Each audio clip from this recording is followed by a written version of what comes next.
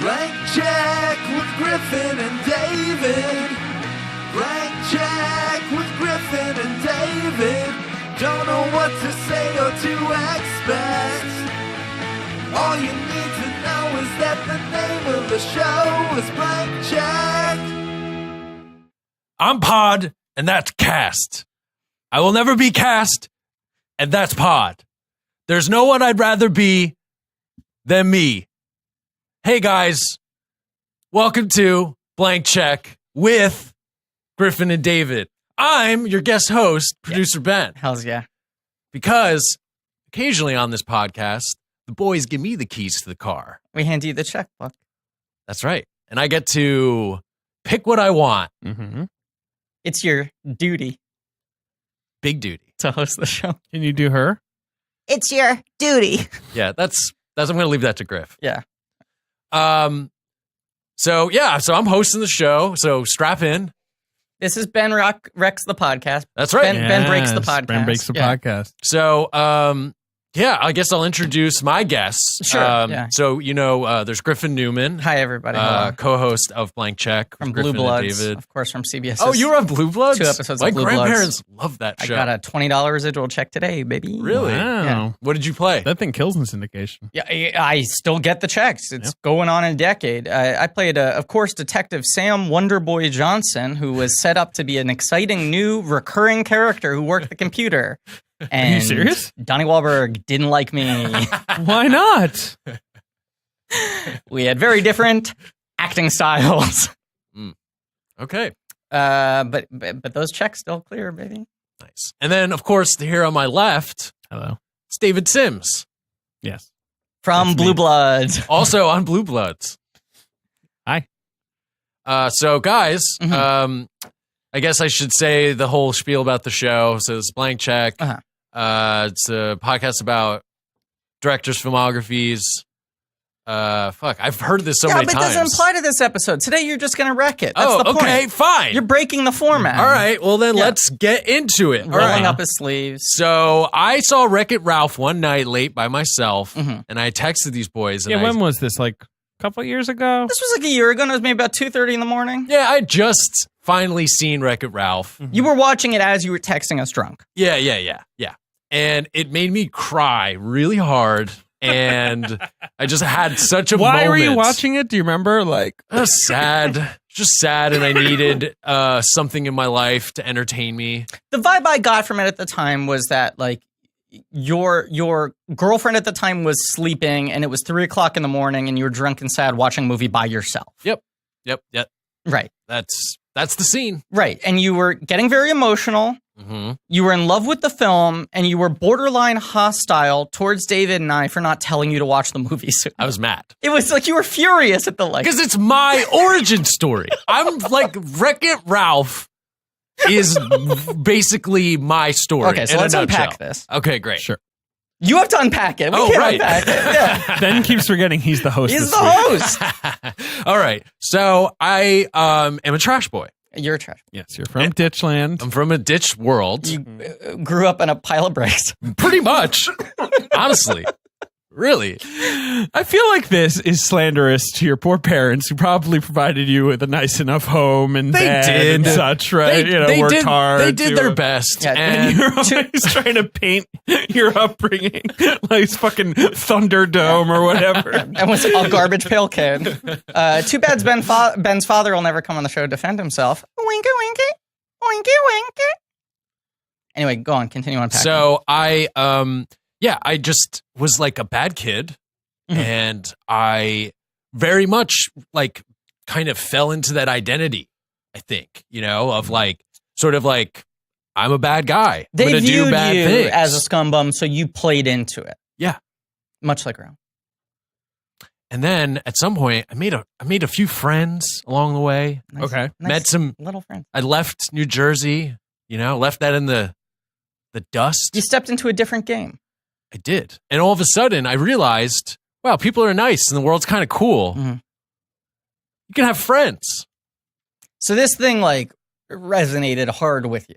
Oh man, yeah. You wouldn't stop talking about it, and then we were like, there's a sequel, and your mind literally exploded like the original Garbage Pail Kid atom bomb.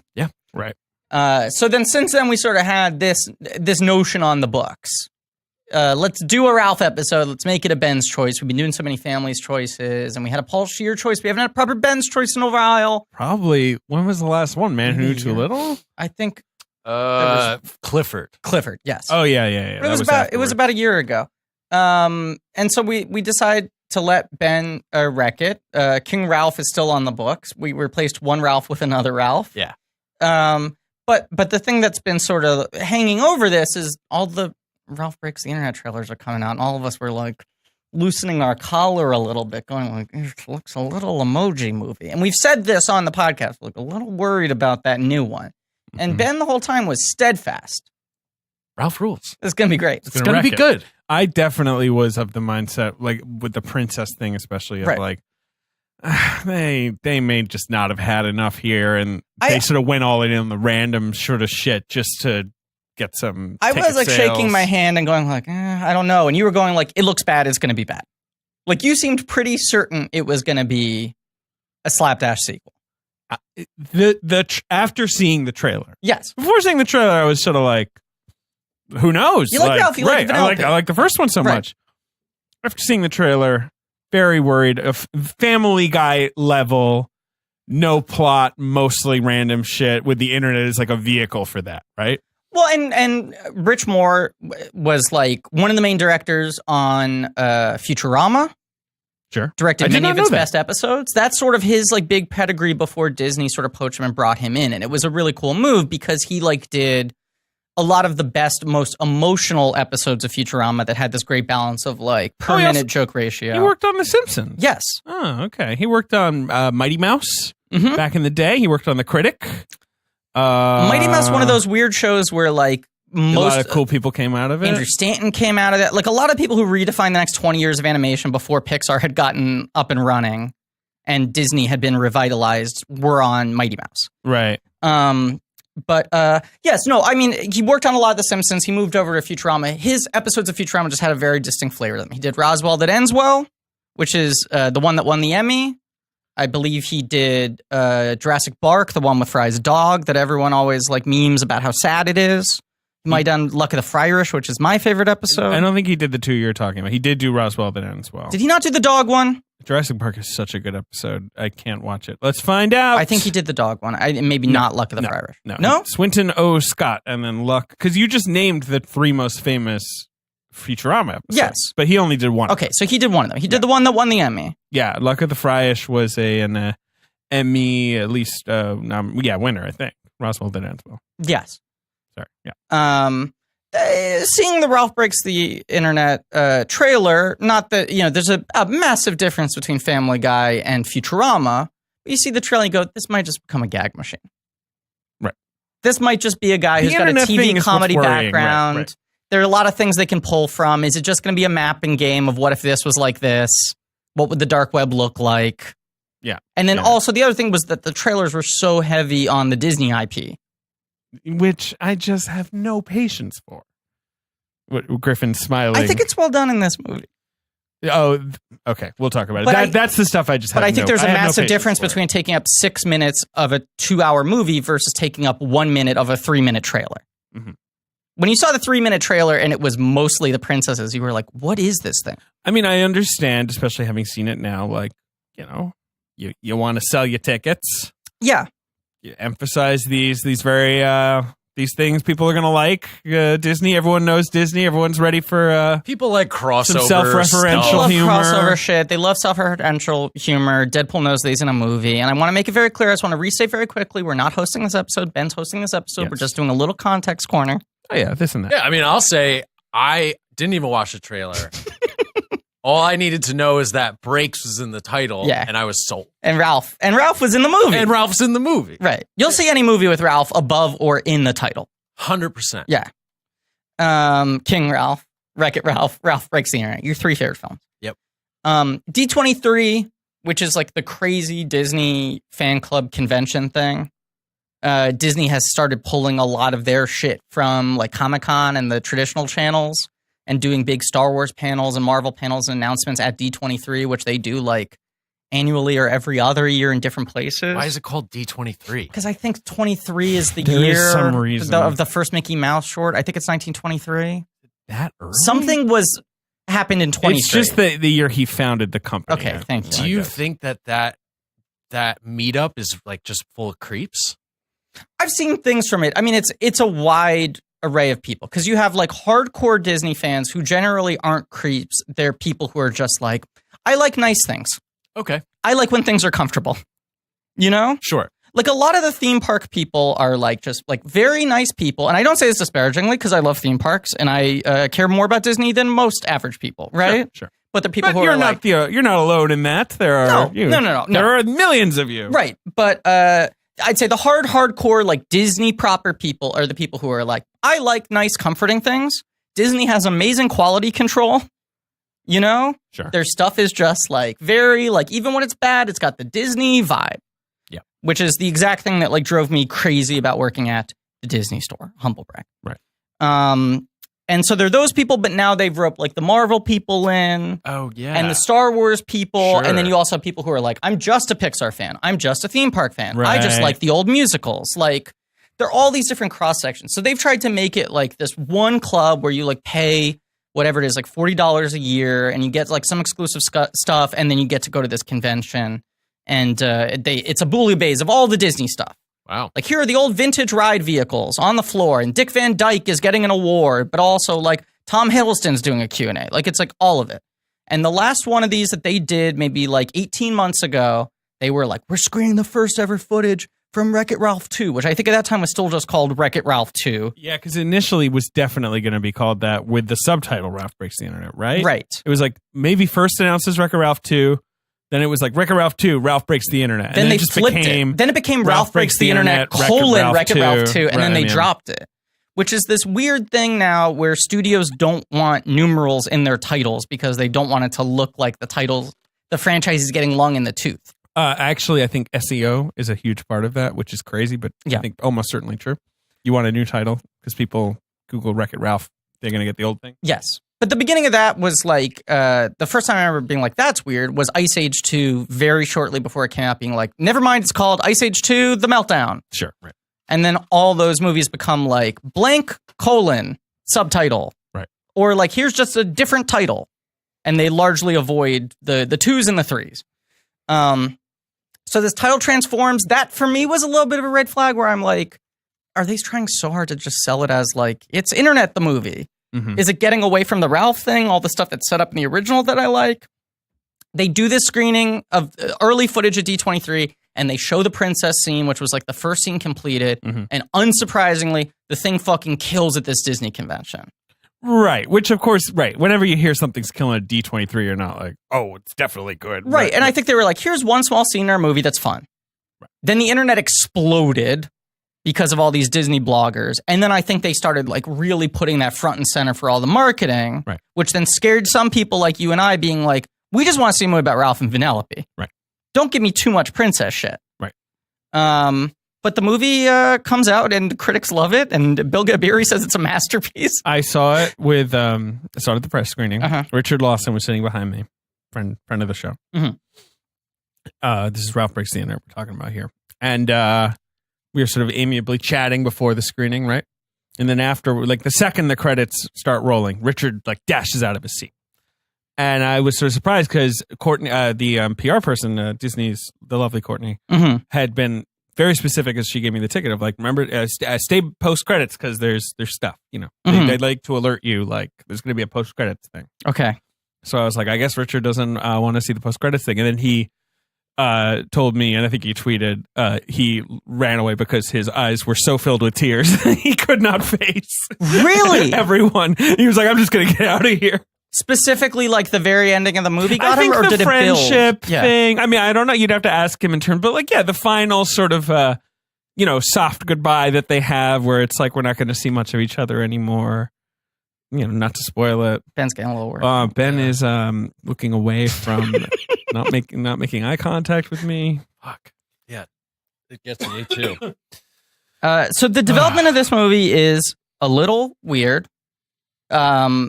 Disney, like when they were in the late 90s, I guess more the early 2000s, like Pixar has gotten so big, then DreamWorks is starting to get so big, and they were starting to have diminishing returns on the classically animated Disney films.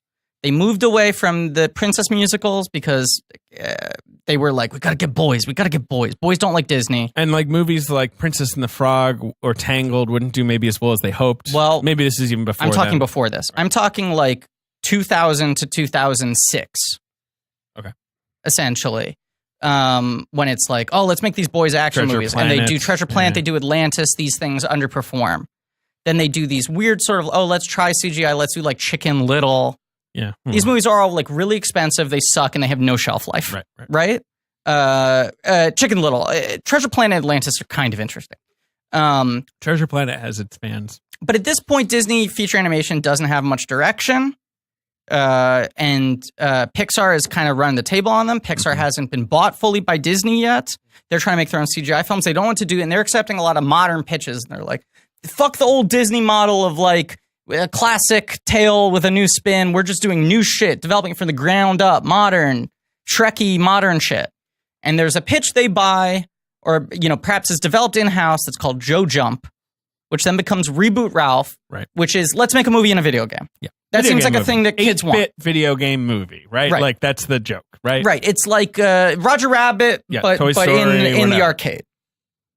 What if the thing you think of as inanimate was animate? Right. And no one ever really cracks it.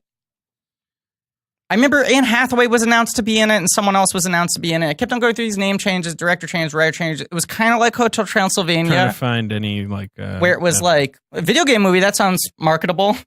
A thing set inside an 8-bit game, that sounds big, and no one ever had a story for it that really worked. And they kept on resetting it, rebooting it, no pun intended. I feel like at one point Gary Ross was writing it, weirdly. I could see that because didn't he write the little mouse movie? Yes, he did. The little cartoon mouse with the sword, Tales of Despero. Yeah, Yes. yeah. So it's sort of just like bouncing around this and that. And then when John Lasseter, lots of hug and bear himself, takes over Disney Animation and starts like supplanting, like all their traditional methods and being like, this has to be a proper studio again. He poaches Rich Moore and is like, here's a guy who previously was seen as a little too edgy for Disney. Right. But this is the kind of guy we need in the studio. And Rich Moore sort of becomes the big in-house Disney Studios guy. Right. Tangled was very successful, but it cost a crazy amount of money because they had been developing it for like 15 years. Yeah. But was a big hit and starts this new modern wave of like Tangled, obviously, then Ralph the following year, then Frozen is the biggest movie of all time. And then this incredible like run that Disney Animation's been on. Moana, make way. Big Hero 6. They win a bunch of Oscars. Sure. They've had a more successful track record than Pixar in terms of Oscars over the last in terms decade. of quality, in my I would agree. Yeah. Although I think the Pixar might have still made like the best movie in those 10 years. You know what I mean? The number one best, I agree. Yeah, but I think that Disney in general is a little more consistent than Pixar. I would agree with that. Yeah. And also feels more original. Yeah. And they've done an interesting balance of like things like Ralph that feel like very modern and things like Frozen that feel very throwbacky. And there's a nice like, Mm-hmm. But Disney Nodding. Disney has only ever made one theatrically released and produced sequel to an animated film ever. And it's something completely weird. The Rescuers Down Under. Right. Have you seen The Rescuers Down Under? No. You know those two little mice married couple? No. Come on, Bob Newhart. Is it Bob Newhart? And Ava Gabor, I think. Is that right? I believe that's who the two of them are. And they're nice little mice and they solve mysteries. In the first one, they solve a regular mystery. And the second one, they go And the down second under. one's like, we're going to give it to you, what you've always wanted. They're going to go down under. It was the post Crocodile Dundee Outback Steakhouse. It's like 14 years later. Yes. They were like, we're doing a sequel. And everyone's like, oh, here comes fucking Sleeping Beauty 2. And it's like, The Rescuers Down Under. It was very odd. So that was like when Katzenberg and Eisner took over, they were like, we should be milking our properties. We should be using the brands that we already have at value. Let's make a sequel to a theatrical Disney animated film. And they were like, all these other movies literally end with, and they lived happily ever after. Right. Like, which of these actually is still kind of open-ended? And they were like, we're going to make two sequels. It's The Rescuers Down Under and Mary Poppins 2. And Mary Poppins 2 took an additional 30 years to happen, Rescuers Down Under happened, it underperformed, and then right around that time, the Disney Renaissance happens, and all the new movies are so great, and they abandon the sequel thing. Disney Toons is developed, which is the company that does all the VHS, DVD, direct to, Return of Jafar. A couple of those end up getting released theatrically, like Jungle Book 2 and Return to Neverland, but those aren't meant to be theatrical films. They're just like, why don't we put it in theaters? Yeah. This is the first since The Rescuers Down Under. So it was seen as a Pixar big has deal. made sequels, but Seen as a bit, and DreamWorks has made too many sequels, but it was seen as a big deal that Disney was like gonna allow a big theatrical sequel. And Ralph seemed like there's a lot of stuff still on the table. Video games, it's a big world. They've stayed mostly within an arcade world. They had always been like, they could hook it up to Wi-Fi and you could get online gaming, and Ralph and Vanellope could end up on consoles, and everyone's like, that's clearly the premise of 2. And then they announced 2, and it's like they go into the internet proper. And I was just like, genuinely, because I was so invested in the way that the world worked in the first one. You love the world building of the first one. I do. I was just like, how would they get to the internet? And then the trailer's like, they get a router. And I'm like, that's it? That's the whole... He's like, yeah. It is kind of incredible. Like, I love the audacity. You got a router. Yeah. That's how the internet works. Yeah. I didn't think that's... The audacity okay. And the confidence of the Wreck-It Ralph universe to be like, yeah, it's a surge protector. There's a power strip and all the devices. Yeah. Like, they're just like, oh, that's how you travel from one thing to another. It's great. The world building in both incredible. Movies is so clean and it is precise. You it's get really it sharp. fast. And it it's doesn't like- have to do too much of like, this is this person, this is this person. Yeah. And Ready Player One, comparatively, That's the it's first thing just- Ben said when the movie ended it's was, that's just- so much better than Ready Player One. it's so clunky. Yeah. And just they spend so much time explaining things. This is a movie where it's like, this is how you do opening narration.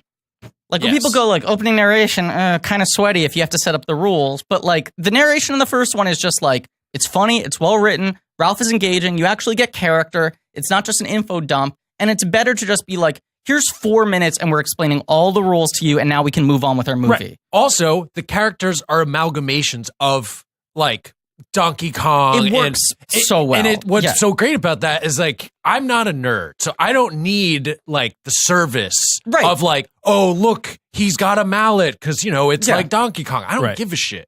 So I just love it because it's like clean and you just right away know what this character's about and like what his deal is. It's also great that they pick like 3 very, very universal things that people who have never played a video game would know, which is like, Ralph and Felix are like Donkey Kong and Mario. Right. Sugar Rush is like Mario Kart combined with Candyland.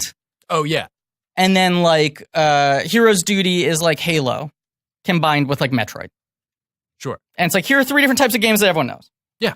Even if you haven't played them, you've seen a kid play them. That tracking's really good, but they make the characters their own. So it doesn't just feel like, oh, this is like a parody of. Yeah. Like, I love like the rules of Felix where it's just like, your understanding of how the game works is so strong and it looks fun. Like, it doesn't look like a shitty fake movie game. Right. You're like, the Golden Hammer thing is great. Yeah. It looks like, did they ever make it? Like, could I play Wreck-It Ralph? Here's my first merchandise. Yeah, spotlight. I mean, I assumed. Here's my first merchandise spotlight. So they have it as an app that's really good. I played it a lot when the first movie came out. And it's like, it's just the game? Dead on. Okay. It's perfect. It's not like a shitty, like, Flash, like, fake thing. It's like a proper It just looks the fix it same Felix as game, and I'm it gonna rules. download this now. I hope they still have it. I believe when the movie was coming out, they did set up at like Disney, like some proper like They did some cabinets. Right. There is now a product I was trying to get in time for this episode, Ben. It's sold out everywhere. I'm trying to get it for you as a Christmas present. There is a company now that's making like little mini like arcade cabinets. So it's like, oh, it's like a desk version like this. I'm holding out my hands. It's like the size of a coffee cup. But it's like, oh, it's like Frogger, Pac-Man. It's got the little controls. You can play it properly. And they made one of Fix-It Felix. That's cool. So it's like a little desk arcade cabinet with the proper full Fix-It Felix game. Oh my How much does that cost? It costs like $20, but it's sold out everywhere, and the third market prices are like through the roof on eBay. Right, so maybe it's just a rarity now. Yeah, I think they underproduced them. Well, hopefully they make more. Yeah, because this episode is going to be so popular. Huge. Guys, whoever, whatever that company is, tweet at them. Yeah. Tell them to make more. I want this. And tell them to be a sponsor on this show and send Ben 40 of them. I want a golden hammer too. Yeah. And hammer. I just love the rules of the game, but also the rules of the universe of like the hammer fixes everything. Right. That scene of when they figure that out of him hitting his own face. Yes. So good. But it's nice that they're like, here are the individual rules of our game that aren't just riffing on Mario. Right. Like we're combining it with other shit. We're adding different values. And then in the first movie, basically like the two plot lines are Felix and Ralph, right? And they go off on their separate kind of journeys. Right. But then the relationship they have then they each form a new relationship with the female characters is so like, it just is like, it makes me excited because it's like, this is a movie for kids and it's like great values, like great friends, the romantic like thing of like the Felix being small and like her being the strong, like warrior, like her ankle or whatever. It's so great. Yeah, I love that she loves him. That it's not like the joke is that like he's like a idiot pussy who's like in love with this big tough girl and she's like, get away from me, cuck. Yeah. You know? Which you could easily imagine Jane Lynch saying in a PG Disney film.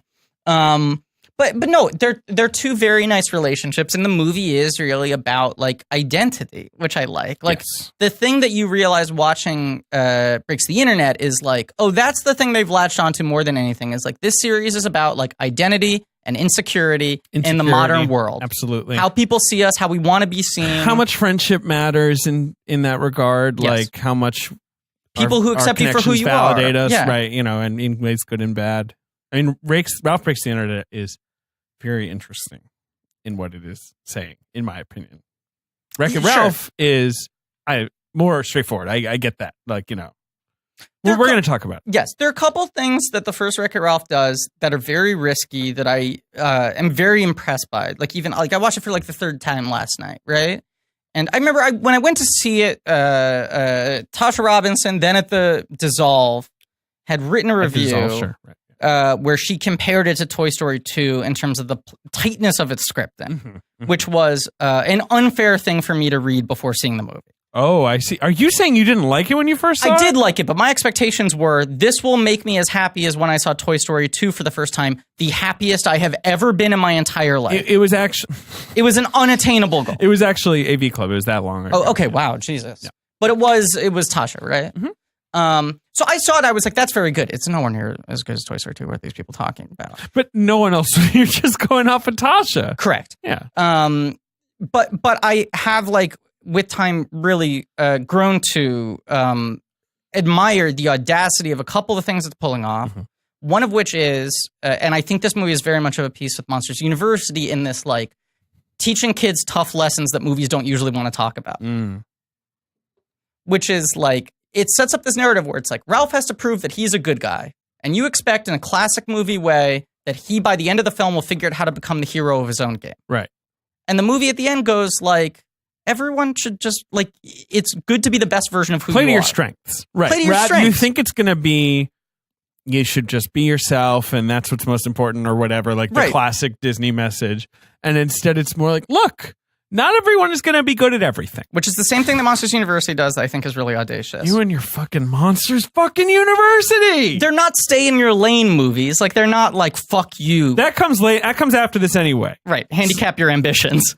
Sure. But they're movies about, like, understanding who you are and society. Exactly. And that accepting yourself is what matters. And that, not being yourself. That makes sense. There is a difference. Ralph's like mantra, which he comes to believe at the end, the thing they say in the like villain and non-support group is the like, you know, I am bad and that's good. I'm not good and that's not bad. You know, that thing is like really kind of touching. And then the other thing is, I think the thing they pull with Vanellope, where I remember the first time I watched it, I was like, in no way sniffing out King Candy as the bad guy, spoilers. And when he gives the big explanation to Ralph about like why she can't win and why she can't play, I was like, this is a genuinely compelling turn in the movie. Right. That the guy you kind of think is the bad guy turns out to be the one who's presenting the like catch-22 the movie is centered around. And then you realize he's a fucking heel. Sure. He's the one who's trying to force people into boxes. Yes, but he is also just trying to outrun death. Right. Which is interesting. There's not a lot of Disney villains, I would say that is their primary motivation. Yeah. Like their primary motivation. But secondary it's pride. motivation It's is pride driven. is the pride and also, like many a villain, control, like global domination, right? Yeah. He wants to be the king of the Sugar Rush. Yes. But his primary motivation is that his game got unplugged. Right. So he doesn't want to be dead. Yes. You know? Right. I mean, I guess he could live in like the power strip forever. Yeah, but who wants that? I mean, look at doesn't Q*bert. seem like a good life. Right. Do they have to eat? Because sometimes he feeds Q*bert, but like, does Q*bert need to eat? There are certain questions I still have. Alan Tudyk's performance as Turbo and King Candy is unbelievable in the first movie. But also, David, just a quick correction. You said he's trying to outrun death, and in fact, he's trying to outrace death. Okay, well, should we talk about the plot? Yeah. No, I think we got to finish the episode right there, right? But the other thing I like is that Vanellope, like the whole glitch thing, they don't make it like, and here she's going to solve her glitch. Yeah, that is... Which would feel a little ableist if they did that. If it was like, and she's going to conquer her Even impediment. though within the logic of the movies universe, her glitch should go away because it was only invented because King Candy fucked with her code. Right. Yeah. It's good that, she's like, but the glitch is cool. Like, the glitch is a cool thing. Well, and every game has a glitch. The most like maudlin, free to be you and me version, sort of reading of what the messaging of these films is, in my eyes, is anyone can be great by being the best version of themselves, not by fitting into society's notion of what a great person is, quote unquote. Right. I guess it has some similarity to Ratatouille. Yeah. Where it's like, not everyone can do everything, but anyone can be great at, well, that's not really, no, it's its own thing. It's its own thing. And it's not a bad thing if you have a glitch. You don't need to be defined by your glitch, but you also don't need to hide your glitch. Yeah. Which is another thing about this movie. It's a big thing that you and Kanye West have in common. Both of you are into fashion. Kanye West loves Wreck-It Ralph. There's an interview with him from a couple of years ago where he starts screaming about Wreck-It Ralph and saying that I'm the glitch and no one understood me. Right. He relates really hard to Vanellope. Right. And her glitchdom. Glitchdom. Yeah. Yeah. I relate to Vanellope too. Yeah. I kind of have a little bit of a glitch. I don't know how I'm still here. Well, that's what you're saying. That's my glitch. I made this is your origin story, right? It really is. Yeah. Right. Friendship saved you. Yeah. Yeah. All right. Well, all right. So I'm hosting, and you're hosting. Take us into the plot. Let's take the steering wheel. Did you all rewatch the first one? Yes. Yeah. Me too. Okay. Joanna had never seen it, so I watched it with her. She must have loved it. Humble brag. Humble brag. And in fact, thank you, Ben, for. Did you watch it with your gal? I did not. No humble brag for you then. Nope. She hasn't seen either. And Ben and I were hanging out with her right after we'd seen the movie, and she got really hyped up by how into it Ben was, and I was like, "You're going to want to watch the first one first." Oh, for sure. I don't really Hold know. your horses. You're going to want to. I don't know one. that the second one lands as hard. Well, I guess it might. You need the backstory. I think you do. You need the backstory because this is like a friendship. Yes, but it's like hyper friendship now. I forgot how antagonistic they are towards each other in the first one, because the second one they start out being like the fucking best buddies of the world. Yeah. Like by the start of 2, they're like Scooby and Shaggy. So you kind of need to know, what's touching about that is how far they've come. Right. Okay, plot time. Here he goes. So Ralph is a villain in this game, and he pretty much just introduces the world. There's this. He's the Donkey Kong. He's the Donkey Kong. Yeah. His game is essentially just sort of. I'm gonna wreck it. He's gonna wreck it. That's his job. He wrecks the building. He's at the top. He's at the top like Donkey Kong. And then little Felix, he has a golden hammer, as we've talked about. And he fixes stuff. I'm gonna fix it. That was not good. That was no good. No, that was bad. Do you want to try again? Liz Lemon? No, I can't do it. Never mind. Go on. Okay. And then there's some people that live in the building. The Nicelanders. And it's just, a very simple, basic sort of world that he lives in. And he's living in trash. He's living on a pile of bricks. They don't invite him inside. He never gets a medal. He doesn't get any support. No one cares. And so Ralph is kind of upset about that. Yeah. So that's the beginning of the movie. He's sick of it. He's been doing it for 30 years. It's the anniversary. It's the 30 anniversary. They don't invite him to the party. They don't invite him to the party. I've been there. He's been there. The little like house people. What do you call them? The Nicelanders. The Nicelanders. They live in the Nicelanders apartment complex. Their animation is so incredible. I was about to say, I love the animation on them so much. And in general, the first time I saw this movie, I saw it with my roommate at the time, Molly, my BFF. Mm-hmm. It was one of those things where we were like, I don't know, let's go see this movie. Yeah. Like we were not like wreck it. And then we like watch it and we exit. I remember Molly being like, that was delightful. Like, you know what I mean? This sort of like surprising, like, look at that thing. Well, even from the early points, like you look at all these details where it's just like, okay, they've like gotten the styles of all these games right? Then you go into, because it starts out with you seeing the game 8-bit style, right? Yeah. You go into the screen, the way they translate that with the way the Nicelanders move, but even like when Ralph wrecks the cake and the splatter from like the cake is kind of pixelated. Yeah. Like they just have such good consistent visual rules, and they do the thing that I love where it's just like, it's a thing that I think is really big in animated films where it's like, we're just going to establish a thing and explain to you its currency and its worth and why the whole movie will center around this thing. Like the idea of the medal and what the medal means to everyone. Right. What it means to Ralph, what it means to Vanellope, both being the coin in the race. Yes. Him getting the apartment complex. Like it's like the same way the memory orbs work in Inside Out. Well, to me, the screen canisters and Monsters Inc. I think the thing that it's most like is the pop-up book in Paddington 2 where you're like, on paper, who cares? It's just a pop-up book. It's just a gold medal. But like we have enough, we understand from the beginning the emotional stakes associated. That's so emotional it doesn't stakes. matter. Even though it's a childish dream to attain it or whatever, we totally get why they want it. That's what I love in kids' movies, is when something is invested with emotional stakes that it becomes the most valuable currency in the world. But I also like in this movie, it has literal applications that are different for different characters. Yeah. Yes. I mean, that's also right. The very clever twist is that it means something much more practical to Vanellope. Right, that she can cash it in as a coin, that he can use it to get all this stuff is really just tight as a drum. I agree. Tight as a drum. Tight as a fucking drum. So Ralph doesn't So like Ralph crashes this party. He wrecks it, and he decides that he's going to go and get a medal and be the hero of his game. He goes to Tapper. Oh, right. And the bartender, who kind of is like a pseudo Mario. This is a real game called Tapper that's like a marginal... What? Really? 8-bit game. That's a real game. Yeah, you're trying to serve as many mugs of root beer as you can. It has to be root beer because it's for kids. Fun. It's a real game. You never played that game? It's fun. I guess I used to, when I was a sort of early teen, I guess. Yeah. I would go to this bowling alley because it was sort of like... First of all, the Budweiser, too, by the way, is in the screenshot David just showed. Really? For Tapper?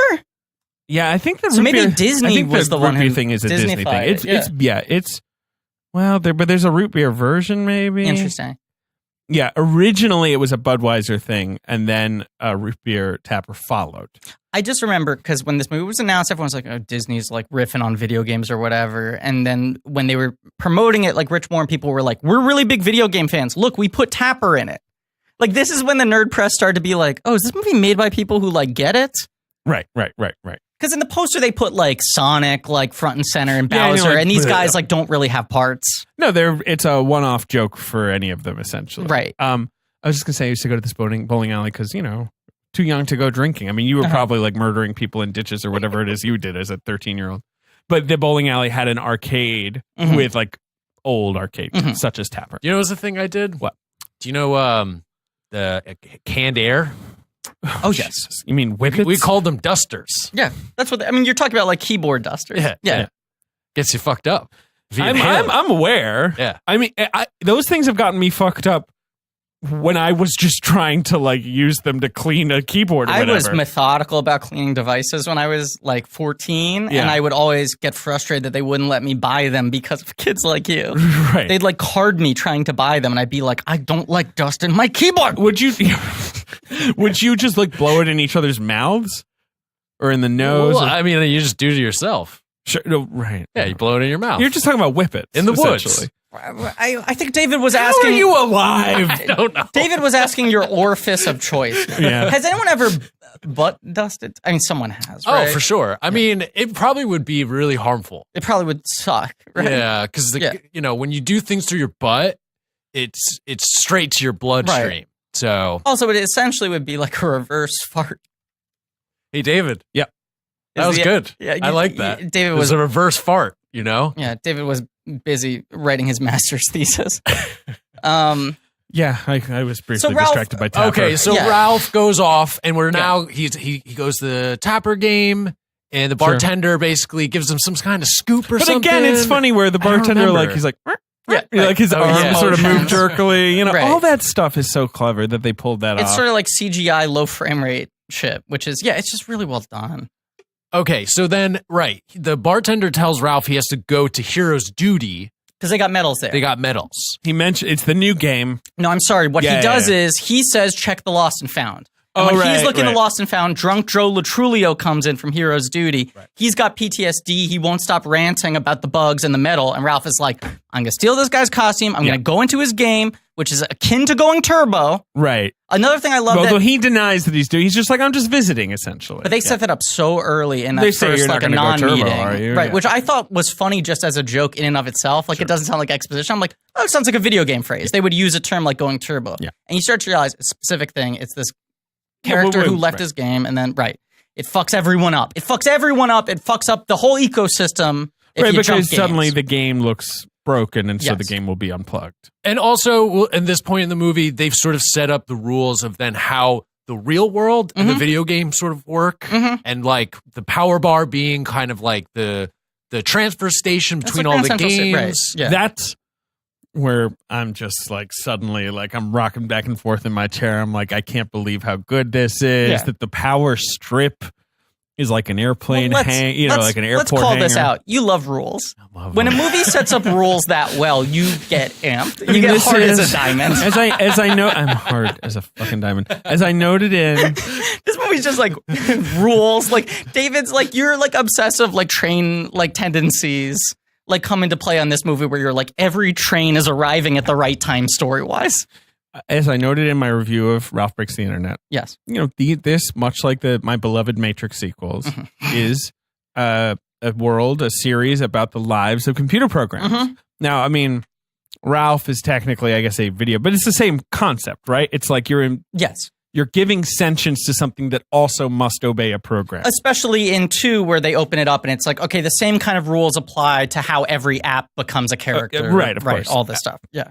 And I love the idea of the conflict between the sentience you've given them and the programming they must obey. It is great. Yeah. But so it's once like again, their David job. It's like their job though, right? Well, that, and especially in Ralph Breaks the Internet, that's where I'm like, wow. Like they're talking about growing up and getting a job and how that's boring. And they've somehow made this very energetic film about that. And how like then you can't see your friends as much. Yeah. Ralph rules. Ralph rules. So he goes into Hero's Duty and you get this really intense action sequence. Like I remember seeing this being like, I can't believe they put this in a Disney War film. Kind of game. Yeah. But it is like very dark, very violent. They get away with it because it's robot bugs, so the violence doesn't feel. But there's a lot of guns, as you say. Yeah. And there's the first person, which I think is funny, which is like a mounted screen that's a little, it's like a little 8-year-old girl with glasses or whatever who is with the soldiers. Right. And you have Jane Lynch, who's fucking great in this, as Sergeant Calhoun, who's programmed with the most tragic backstory ever. That's what's funny. That's her burden. Just gets me. Right. It's so good. That first flashback where they go like, don't you know? It's like such a ridiculous. And it's also, you don't have to know video game stuff to get it. It's like, just the joke of, not to like dissect the frog here, but the joke of, don't you know? And then you think they're going to explain the tragic backstory. And instead they go, she has a tragic backstory. Like the tragic thing is that she was given a tragic thing. And that's they're having fun at the expense of these sort of uber bleak video games that were kind of flooding the market where it's like the performatively, this is not for kids kind of. Right. But she herself is kind of like a mix between like a Master Chief and a Metroid. Right. Yeah. For sure. And this is this point where Halo, it's like... It's a Halo spoof, too. But for some reason, the Gears of War was... Well, yes, it's definitely a Halo spoof. But you have John C. Reilly, who's a movie star, but the other 3 people are like... Sarah Silverman's still pretty much like coming off a Sarah Silverman program at this point. Jane Lynch is the mean lady on Glee. And Jack McBrayer's the 5th lead on 30 Rock. Like, it was weird people to put in a big Disney movie. It was, but I mean... Silverman is, to me, the most interesting. I mean, like, obviously, Lynch and McBrayer being cast to type. Yes, perfectly. Like, right. Yeah. The characters look like them. Yeah, you're right. I mean, Silverman, I guess she's a pretty big deal at this point, just sort of as a person. She'd just been in, like, Take This Waltz. To put her in a family movie is weird. I agree with you. I'm trying to think if, like, so the Sarah Silverman program ends in 2010. So she's, right. Yeah. Right. Yeah. But yeah, you set up these parallel tracks now where it's like Felix and Calhoun, once Ralph has stolen the medal and run off, he gets ejected in an escape pod, lands in Sugar Rush with this medal. And a bug. Big detail. He got a bug. Yeah. And so then we meet the world of Vanellope. Right. He gets pushed into Sugar Rush, which is a sort of Candy Crush meets Mario Kart style thing. So here's the Weiger complaint. So Nick Weiger, who's one of the great people. Yes. Would you agree? I couldn't agree more. Top 10 people. The Burger Boy himself. The best podcast. Yes. Period. He's co-host of Doughboys. Yes. Creator of the Monster Fuck. That's true on Comedy Bang Bang. And he used to write for Comedy Bang Bang. Uh-huh. He has the complaint that this is not really a video game movie, that it is a movie that is largely about candy. Right. Like, he's like, I used to work in video games. Because we spent so much time in Sugar Rush, and there's so many great candy jokes to be made. That's his big thing, was like, I used to work in video games. I love video games. I was excited to see the Roger Rabbit of video games, a movie that, like, called out all the tropes, worked in all the sort of character types, all of that. And the first 30 minutes of this movie are definitely that. Yeah. And then at minute, like, 27, he lands in Sugar Rush. Yeah. And it becomes, like, mostly Candyland puns. Right? And you're mostly abiding by the rules of this one game. Like, do we see another game? I mean, obviously there are the jokes about, like, Q-Bird and Mario or whatever, but, like... Nothing new gets introduced from this point on, right? Like, I mean, you've set up the worlds, and a couple of characters will come back from, like, the Power Surge and all that sort of stuff, Surge Protector.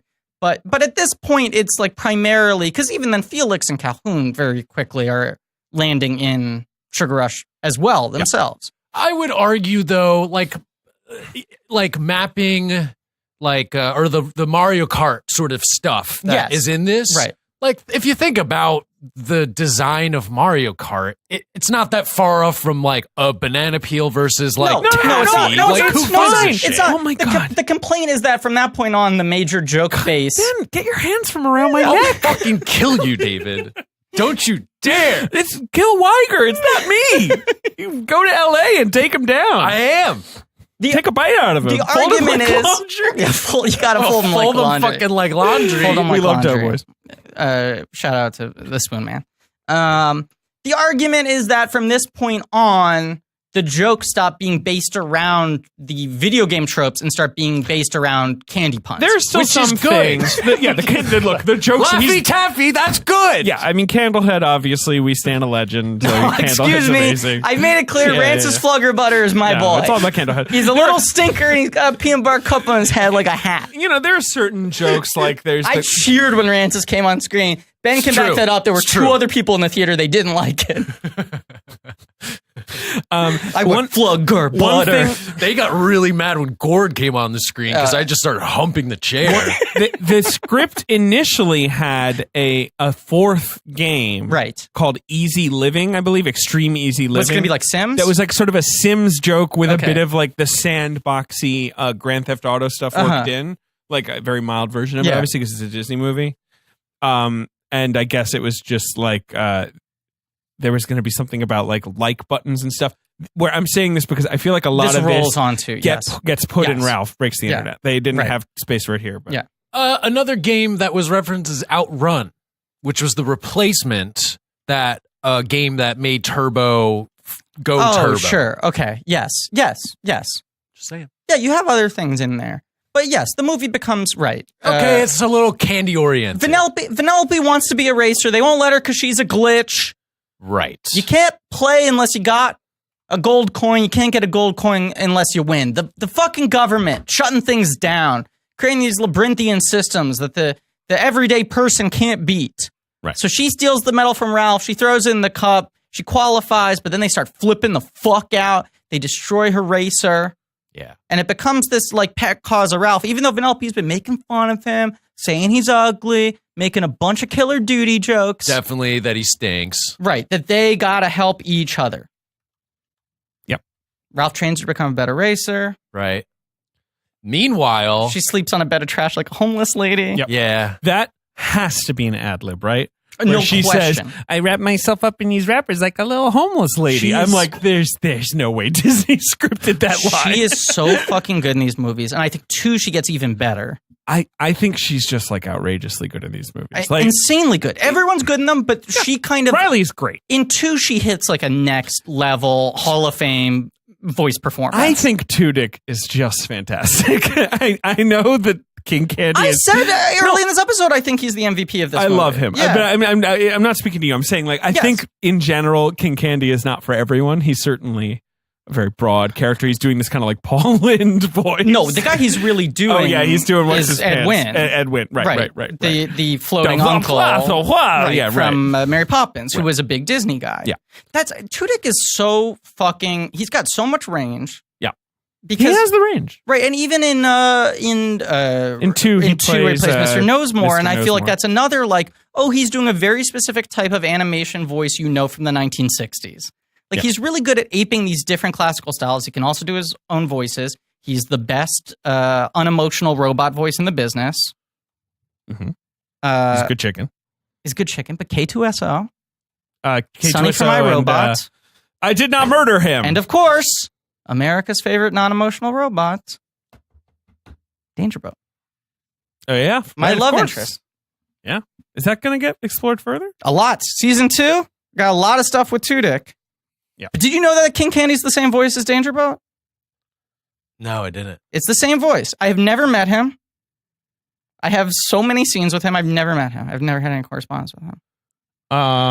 Well, I'd like to shake his hand. I would too. I'd love to meet him. He's incredible. I was about to write. You haven't met him. You should meet him. No, I'd love to meet him. Disney, the new version of Disney Future Animation has made him their John Ratzenberger. Yeah. Where he's the one they work into every movie.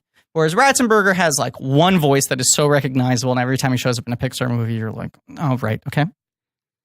With Tudyk, you're like, oh, that's who Tudyk was? Exactly. Every time with Tudyk, you're surprised that he was the chicken. And he was just going, yeah. Like that was his whole performance. He's so good. Yeah, he is, as a chicken. As everything. I'm a chicken, Marge. Well, here's my favorite random.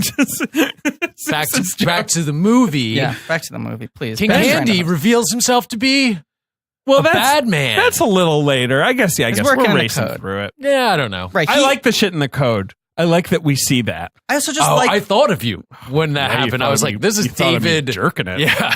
But I like how much of a master manipulator he is towards Ralph, where he's just like, I know I look like the bad guy. I'm going to explain this rationally. Yeah, he gives. So you stop questioning All right, me. but wait. That scene is great. Let's pull back because exactly. Okay. All the things like I like that Ralph is an inherently grumpy person. His breath stinks. Mm-hmm. His hands are big for smashing. Right, like. So with Vanellope initially, of course, he's kind of a heel. The size difference between the two. The size difference is so good. He's really he is big. Yeah. I love the scene where they make the crummy racer for her, and it looks so like dumb, and she's so like into it. Yeah. It makes me cry. She's such a good actor. Yes, because you were saying this was the same year as Take This Waltz. She's incredible in Take This Waltz. She is. She's great in that. And it's another thing where like she's one of those comedic actors where when you give her a serious part, she doesn't tone down her charisma. She doesn't get too self-serious and dry away. Right. A lot of comedians, I think, make the mistake of going when they're like, oh, this is a drama, I shouldn't be funny.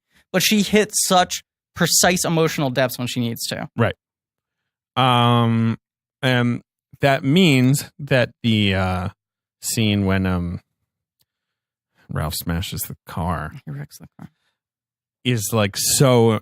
I can't really. I almost excused myself from the room because I knew it was coming up. Yeah, and I was gonna be like, I'm gonna go make some tea. Like, I was gonna try and be out of the room for 5 minutes because I knew he was about to smash the car, and I actually stuck it out. I was like, no, I have to suffer through this again. And at that point, you're kind of buying King Candy's line, so you're like, fuck, this is one of those emotional Kobayashi Marus where he has to look like an asshole in order to help her. Because King Candy's like, if she wins the race and she gets into the race and the game gets shut down because they'll see it's a glitch. Glitches can't leave the game, and Right, but it's like you're watching and you're like, the only way he can be a good friend to her is to make her hate him. And you're like, God, this sucks. And you don't even know how much worse it's going to get because King Candy was fucking with his head. Yeah, he's turbo. But the other thing I just love about that turn is that it's like Ralph is being forced to go to his primal nature, right? He wrecks. His shame. He doesn't want to wreck. He doesn't want to wreck. He doesn't want to be a bad boy. It is the thing he is best at. But he's good at it. Right. He's good at being bad. How do they turn it around? Well, also, we should just mention that Felix and has what's-her-pants. teamed up with, what is the character's name? Sergeant Calhoun. Thank you. Sergeant Calhoun. And they have now discovered that there's a bug problem. Yep. And she also needs to get the medal for some reason. She's got to get the medal. It's got to be in her game. I think maybe it was the she just wants the bug then. She wants the bug. She is all focused on the bug because she knows how bad they right, are. that's the thing. Felix wants to get Ralph back because otherwise their game is now out of commission. Essentially, they're going to get shut down. Has like a day before it maybe it's going to get shut down. And she's like, you don't understand how dangerous these bugs are. You need my help. They could infect everything. And I think the reveal of all the eggs underneath Sugar Rush is really funny. Yeah. That's funny. I just like the horror movie stuff. This is one of those movies where it's like every time they set something up that just seems like a funny joke in and of itself, it pays off later. Like the fucking Mentos and like the Coca-Cola, you're like, that's just a good candy joke. But then you're like, that's like Chekhov's gun. Oh no, it's a Chekhov's Mentos. But yes, this is the thing where I'm like kind of siding with Weiger, where I'm like, right, there's a whole set piece built around Mentos and Diet Coke. Right, that's not a joke about video game functions. That's a joke about how candy there are things functions. like the Devil Dogs. Kick you guys out. The Devil Dogs. Are you gonna get the cards out? I will. Death cards to both of you. Wow, we're both got death cards. There's the Devil Dogs, which is funny. Mm-hmm. There's the donut quicksand, the donut quicksand, the donut cops. Come on, let's think of what Beer else. Papa, played by John DiMaggio. That's weird. That Beer Papa is the security guard. Both of these movies have like a surprising amount of what I imagine was a combination of like, this is a funny play on words, and also like Purple, the mattress company, paid us $1 million to put them in our movie. I like Sour Bill. Sour Bill's a good guy. Sour Bill's a great guy. Got sour disposition, but a kind heart. I feel like there's one other obvious. I mean, I love that Vanellope's skirt is a Reese's wrapper. Their designs are so good. All the kids. Minty Zaki. Candlehead. Minty Zaki. A legend. Taffeta Mutton Fudge. Rancis Flugger Butter. All right, well, I think we should get through the first movie. We're about an hour in. Whatever. They do it. He starts realizing, King Candy's turbo. Yeah. King Candy's turbo. They do the big race. Yeah. The race happens at the same time as like Turbo turns into a spider person. The bug! Because of the bugs, and the bugs are swarming everything, and the race is kind of destroyed. And all the people are exiting the game because they think that the bugs are going to take over. But Vanellope can't leave. Because she hasn't crossed the finish line yet. Because she's a glitch, and then if she does, she'll become a real character. And Ralph realizes that the only way to save the day is to own being a bad guy, to do the things. Well, he owns his wrecking. Right. He wrecks the Mentos. Right. Yeah, it's cute. But that's the breakthrough is I don't need to be the one who saves. I can be the one that wrecks, and wrecking can save people. Wrecking can be great, and Vanellope's glitching can be great. I don't need the revelation that Vanellope is a princess. I like it because I think it is funny, and I have good laughs when it happens. Me too. I also like the part when she says she's going to execute everyone. That's fun. It's very fun. I am very happy. I'm just kidding. I'm very happy that in 2 she resets to her comfy clothes, that they don't have her affect the princess thing. Right. Now here's the one thing I could do without: the Owl City song in the end credits. Sure. Yes. Yeah. I mean, it's in some ways the game is very. The movie is very 2012. Very. Because there's also that montage in the middle set to like Rihanna's "Shut Up and Drive." There's some things where you're like, isn't this a Disney movie? Ben is itching a death card. He's scratching it. So basically, Ben, you will brook no criticism. Is that's your sort of? You can't. No. The film was nominated for Best Animated Feature at the Academy Awards. I think was viewed as the odds-on favorite. Kind of. We've talked. This was about a weird before. year. I think Brave was always the favorite just because of the Brave Pixar. Wasn't winning the Precursors, and everyone was like, "This is a misstep for Pixar. This is when their run ends." And then Brave won, and it was very odd. But it didn't win the Golden Globe for animated feature. What? That went to Brave. So Weird. Brave did win that. Weird. It did, however, win the PGA award. Yeah. Speaking of award And the winning, have you guys like, I don't know, I'm trying to find bedding. You guys That was heard anything about insanely seamless. Can I flip over some cards? Flip them over. And this isn't a death card. Here's a hand I've been holding under the table secretly, and I'm going to flip them over and show them to everybody. Oh. He brought his hand out. Sometimes there's some funny make-em-ups with these ads. Sure. Okay, we lie. They're false premises, right? Uh-huh. I'm going to make a big confession here because I just want to live an honest life now. Okay. All these times we've been doing ads for Brooklyn, and I didn't even have Brooklyn and sheets. I was the Brooklyner. And they kept on sending me saying, hey, they want to send you a free sample. And I was like, hold your horses. I'm disorganized and I don't like responding to emails. Yeah, Griffin, I don't know if you guys know this, but he's terrible at responding to email. Probably the number one worst, humble brag. Mm-hmm. So I moved apartments. I got a new bed. I've been the one standing the legend that is Brooklyn Inn the entire time, because I love my Brooklyn Inns so much. Moved apartments. Got a new bed. And then wrote back to Brooklyn and was like, hey, is it too late to cash in that offer from 9 months ago? They sent me sheets within a week. These things are so good. I know. Genuinely I've so been good. telling you. I don't have to act anymore. I'm sleeping on them every night. I feel like a goddamn king. Well, but you were never acting. I want to be clear, because like it was usually like we were talking to the guy who had like Linden's by the brook Right. or whatever. Well, that you know, was like, me. That was me.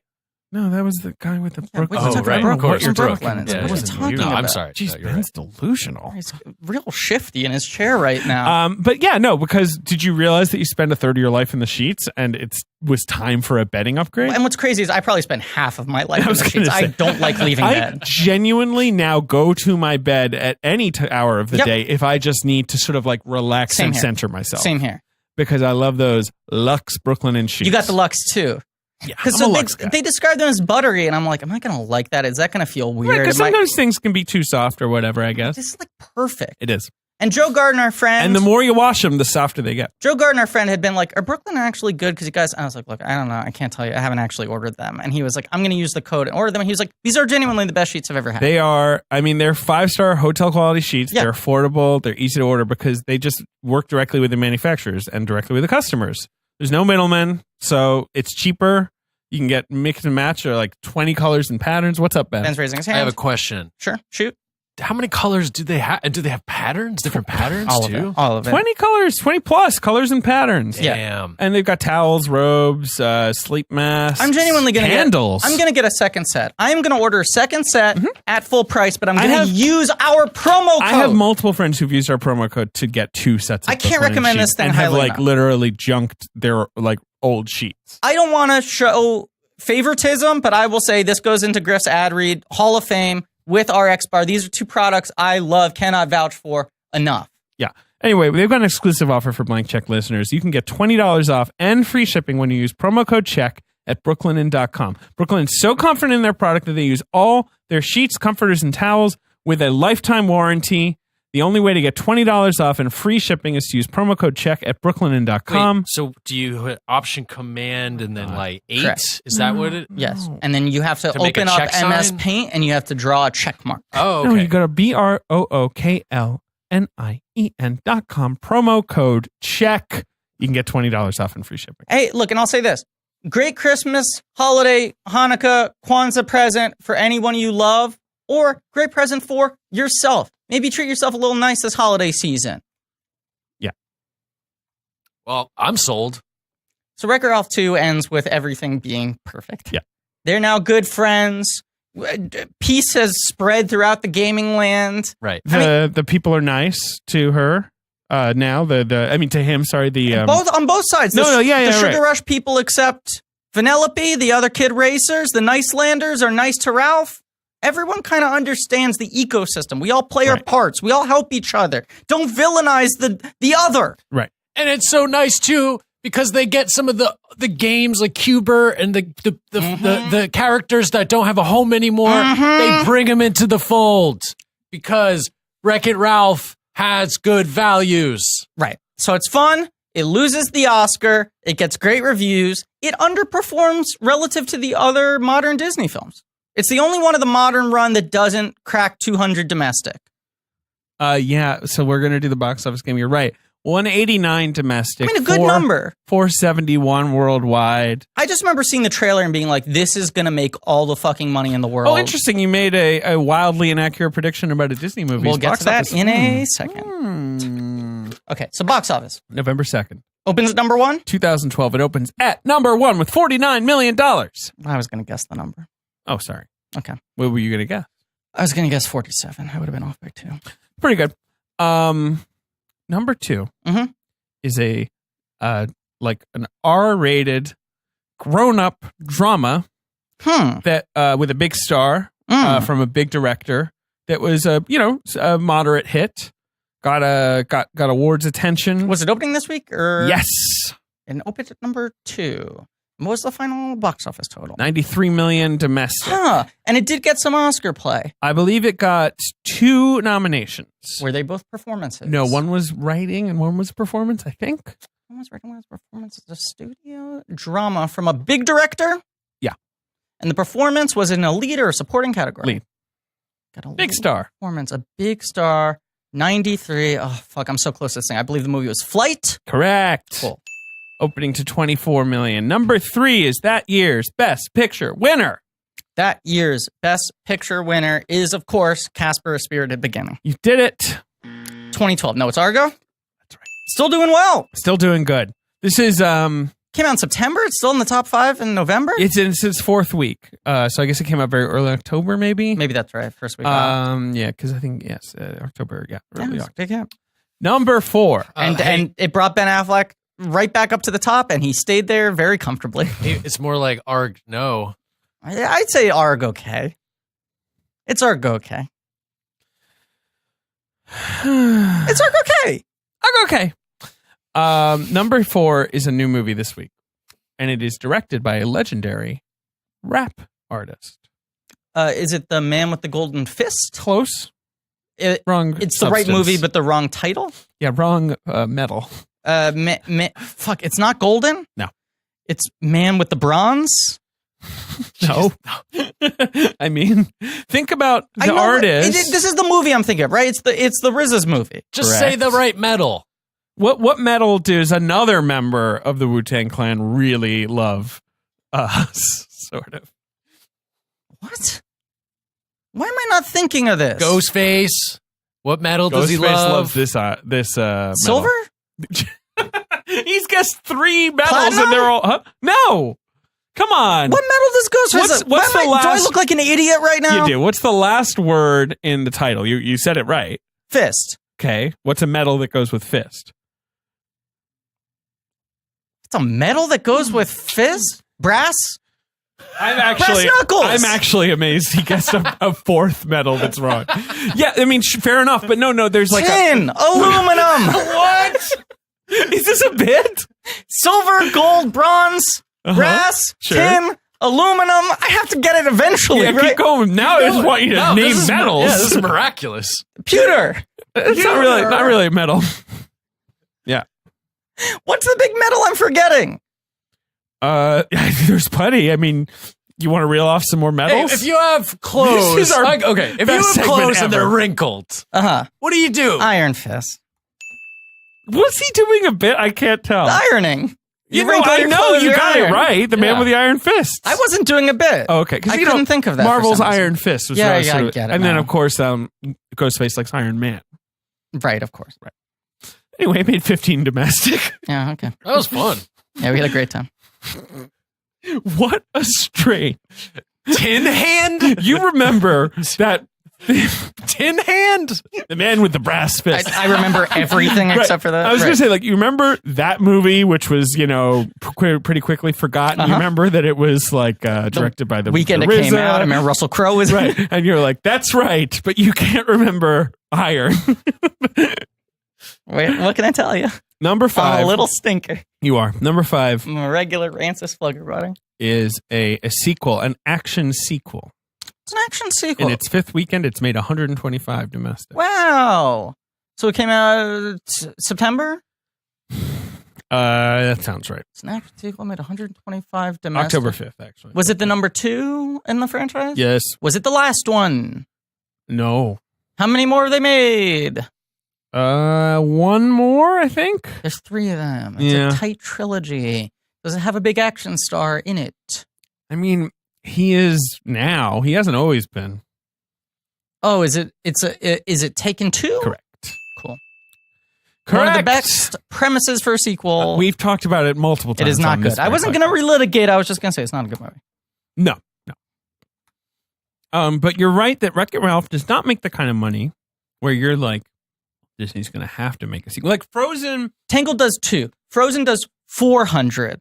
Zootopia does 350. The thing about Frozen was Moana does 250. Disney never does sequels to the princess shit in theaters, but it was like Frozen is just such a phenomenon. They can't not make a sequel in this movie making climate. The thing that was interesting was when they announced the Ralph sequel, it felt like we're making this because there's potential in this universe, not because it's the one as much that's demanded by the numbers. You know, maybe it was one of those movies that just killed on video, like that. Like Disney just liked the numbers they were seeing. I think it grew. I think it's really kind of stuck in the culture. I think people like the characters. I get the sense the merchandise still sells well, all of the above. And I think Rich Moore had sort of become their hot guy. Zootopia was sort of a problem. I was writing letters. Ben was writing a lot of letters. Zootopia had sort of become a problem film, and after Ralph, they put him on Zootopia to try to fix that, and then Zootopia blew up, and he won an Oscar. I got a cease and desist. I think he had been trying to make a Ralph sequel at that time before they put him on Zootopia, and I wouldn't be surprised if he was like, I'll do Zootopia if you let me make a Ralph too. Because then very shortly after Zootopia, this was announced. Zootopia was such a hit. Huge hit. I don't Very know. woke. What if cartoon but woke? So Zootopia, which we're not discussing at all.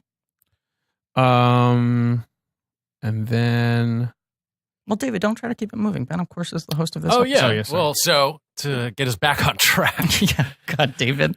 Woo! So of course, I'm a kind of a connoisseur of context. Mm-hmm. Are you guys? Yeah, a little bit. Okay, cool. So I just wanted to sort of let our listeners know, just like contextually, where I saw this movie. And it was a few days ago, and I was with a good friend of mine named Griffin Newman. Downtown Griffin Newman. And Griffin and I went over to the Kips Bay AMC, not far from where we are currently recording. No, not at all. It was a rainy night? The rainiest night. I got hit by a car on the way to the theater. I didn't tell you this, David. Yeah, Griffin got hit by a car. How, like, clipped by a car or like? It fully hit me. And it hit me. Great. I'll say this. It hit me as directly as a car could without seriously injuring me. Okay. Like, I walked it off, but it was like, oh, but for the grace of God. Like a milliseconds difference. I had the right of way. There was a white pedestrian light. It was raining very hard. And this car full on turned and hit me. And I in a rare move of aggression, hit the hood of the car. Sure. And did my, pointing at the light, what the fuck? And the guy, I made eye contact with the guy. And the guy had such, fear in his eyes because he had just thought he was about to murder somebody. Right, of course. I mean, it's the ultimate nightmare, right? It was raining so hard, he took a quick turn. You could, barely see ahead of you. Yeah. And I think he, put the brake at the last millisecond so that I didn't get injured. Where are we talking? Where? He was turning on to try to get onto the... So you're crossing with the light, and I was crossing with the light. He's got the green light to go ahead, but he's just turning recklessly. Correct. Right. He didn't have the light for the turn. Sure. And then I walked 3 more blocks, got to the theater, and said to Ben, I just got hit by a car. And we sat down in the theater. Well, you were wet. I was soaking wet, which Ben really liked. I was little but wet. Ben does like him wet. Little but wet. Yeah. And we watched this movie. Now, first of all, I want to say, for a little bit of context, there was a trailer that came up that we've been saying we were going to talk about on this episode. It's a movie called Spies in Disguise. Okay. Cross it off the list. I've got a list of bullshit we have to talk about. We have to talk about. Now, Griffin goes to me, Ben. So the trailers started, and Griffin's okay. Pay attention. I said, Ben, pay attention. David wants to talk about this on the episode. Yeah. I saw this trailer the day it came out. Now, your original plan was you want to have Ben watch the trailer live while recording so we get the real-time reaction. And I said, what can you do? It's ruined, but just watch this and take note of what's going on. And about 60 seconds into the trailer, we're watching Very Hip Spy, voiced by Will Smith, who I don't believe has any dialogue in the trailer up until that point. But he's doing cool debonair things. Feels like some sub-incredible 60s style spy shit. And I went, Ben, you think you're on the same track as this movie, right? And he went, yep. And I went, cool, just pay close attention. And then there's a hard cut to a little pigeon in a oversized tuxedo crumpled on the floor. Sure. And Ben turns to me and he says, "Good." I'd say he laughs like that first, but only for about 2 seconds. And then the laugh clips off Just trying to abruptly see it. and he turns to me and says, "Good." Because you see in Spies in Disguise, the secret agent guy Turns into a pigeon. gets turned into a pigeon. It's the highest concept movie ever. Here's what if, But like, it's beyond high concept. what if Will Smith, the world's coolest super spy, gets turned into a pigeon? Right. But it's not like one of those things where you're like, well, of course, you know, classical literature, Shakespeare, man into pigeon is one of the, one of the archetypes Follow of the storytelling. logic chain here. You know where this is going. He's a very cool spy. He's got a lot of gadgets. He's very slick and handsome. People like him. Of course, he gets turned into a pigeon. What is the yin to man's yang? It is pigeon. What's on the other side of this coin? Well, they Pigeon. try to justify it. They say, what better way to disguise yourself? They're everywhere. No one pays any attention to them. Surely, I mean, I could be a chameleon, I guess. The thing about this movie is every time its logic is indefatigable. I'm like, yeah, I guess you're right. And then, of course, I see this trailer, and then I went away for a weekend with David Ehrlich and his wife. Me and my girlfriend went away. Double hump, right? And the girls, or at least whatever, like, we were like, we're going to watch this trailer when we get it, no spoilers. Yeah. We watched the trailer. Obviously, it goes over great. Well, and we were talking about this the other day, how the thing is you could pause this trailer and say to someone, guess what you think happens next? And with the pre-warning of there's a crazy twist. There's a twist coming, right. And like infinite number of times, infinite number of universes, no one would guess it. Right. But also you could never overhype it to someone. Like no one would watch the trailer and go, you know what, I'm sorry. When you told me there was a crazy twist, I just imagined something much crazier. So I was let down by the reveal in the trailer. Right. You're never going to, yeah, exactly. But then I'm like, Spies in Disguise. Wait a second. Spies in Disguise. They're in disguise. They're in disguise. Spies in Disguise. They're in I get disguise. it. Yeah. Disguise. Like Griffin is pointing Aloha. up. It's about disguise. The tagline is Super Spy, Super Fly. The cast, of course, is Will Smith as Special Agent Pigeon. Lance Sterling, I believe. his name. Tom Holland plays the tech genius millennial tween who turns him into a pigeon. And the other names here, Rashida Jones, Karen Gillian, and who, of course, do you put in your animated film? Legendary pussy non-eater DJ Khaled. Legendary annoying influencer who you don't really get why he's so famous. Well, let's make him a movie star too. The DJ definition of a Khaled. man where you go, he's not that attractive, but he's probably generous with oral. DJ Khaled. Could you imagine having the confidence of being DJ Khaled and saying, like, I'm not going to do that? He said it on like a. Isn't it also? I don't even remember. It's but one of the like- great interviews. It's the up there guy with, like, is like- Frost Nixon. It's one of the all-time great interviews. But isn't it where they're just sort of talking? How does it come up? He volunteers it independently. No, I know, but like, why is it even up for discussion? I don't remember. You're saying culturally, why is it even... No, What? why? It's like the guy doesn't say like, "Do you eat pussy?" Like, I think it's more like they're just talking about sex in some way. Right, and he's like, by the way, I don't even... right? Like, isn't it kind he's of? talking about like his wife. I think that's the context Yeah, and their right, yeah. relationship or something. And then he really grossly says like, "I never do that for her, And is but I expect that she does that for me." He's talking about that. He's saying, like, you got to keep it up in the marriage. You got to keep things exciting. You can't just let the fact that you've been together for a while, get complacent. I let her know, like, she has to keep doing that. And they're like, and you probably do the same, right? And he's like, absolutely not. I remember the DJ is just sort of like, What? "Come on, man, you Come on. you got it. What are you talking about?" Like, it's like By the way, this was not on the list of topics we were planning to discuss today. we have a long list. But his explanation, and this is very sound logic, and you can't argue with it, is, no, but I'm the king. I fucking hate You have to this understand guy. I'm the king of the house. Who fucking? And the host says, Lets but she's the this queen. shit And he went, no, happen. but it's different. I'm not going to do that. Anyway, I'm not going to do that. Spies in Disguise. I'm not gonna do They're in disguise. Okay, so here's what I want to tell you about Spies in Disguise. Because your mind was blown by this trailer, and you were like, how do they fucking get to this concept, right? There was a man, I'm waiting. I'm listening. works in the entertainment industry, works in animation, works in video games, self-produced his own animated short film. Okay. It has a name, right? It's like Operation Pigeon or something. Correct. I believe it's called Pigeon Impossible. Okay? They definitely upgraded with Spies in Disguise. Fox and Blue Sky. You are correct. It's called Pigeon Impossible. I've watched the short. I did my research for this, okay? Okay. Fox buys this short for a ton of money and then hires other people to write and direct a movie. This movie's been in development for a while. So it's one of those... so Fox sees this and is like, I don't even care about this piece of shit. We just need Spy turns into Pigeon. We need this so desperately. David, you're half right and half wrong because I'm saving the reveal of what happens in the short, okay?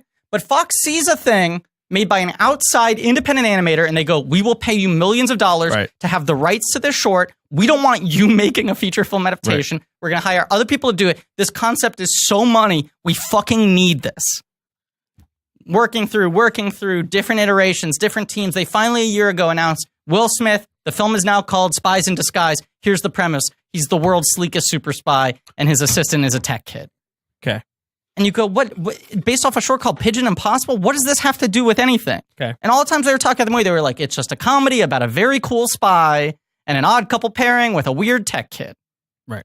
So I went and watched this trailer, the original, before the trailer was released, I went and watched the original short film. Here's the premise of the short film. There is a cool spy guy, Walter Beckett or whatever. He's got a briefcase. Cool. That is the briefcase that, like, activates the nuclear codes. Yeah. And launches all the missiles to blow up the world or whatever, right? There's a pigeon. He's sitting on a bench with it. There's a pigeon who's trying to eat a bagel through a weird series of circumstances. No dialogue in this short. Pigeon gets stuck in the case. And the entire short is a pigeon is stuck in a case. He activates the red button.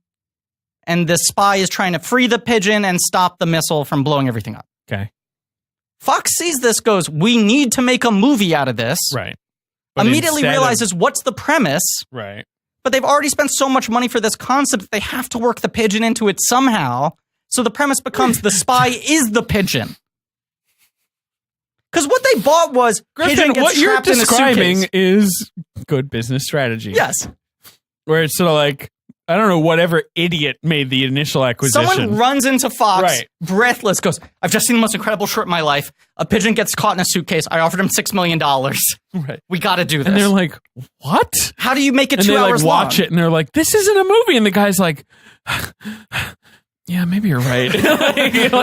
Wait, maybe, why did I pay $6 million? But the check has already been deposited. Right. They can't at this point just make a comedy about spies because then what did you spend the money on? So then they assemble like Steven Zalian, like Jenny Lumet, right? Like, you know, they call in all these ringers and they're like, someone walks in, like Alec Baldwin and Glengarry Glen Ross walks in and writes on the whiteboard like, spy plus pigeon. Yes. You gotta figure this out. That's the equation. That's all. We need these two elements. Correct. Put it together. Correct. I don't know what else. I'm sorry, but like this is something you have a week. Isn't that incredible? Yeah, it's great. So that's how you get to that movie is, I don't know, I guess the spy turns into a pigeon because we spent money on a spy and a pigeon and we need them both to be in the same movie. Right. That having been said, if that Will Smith pigeon spy ends up in a suitcase in the movie, I will lose my shit.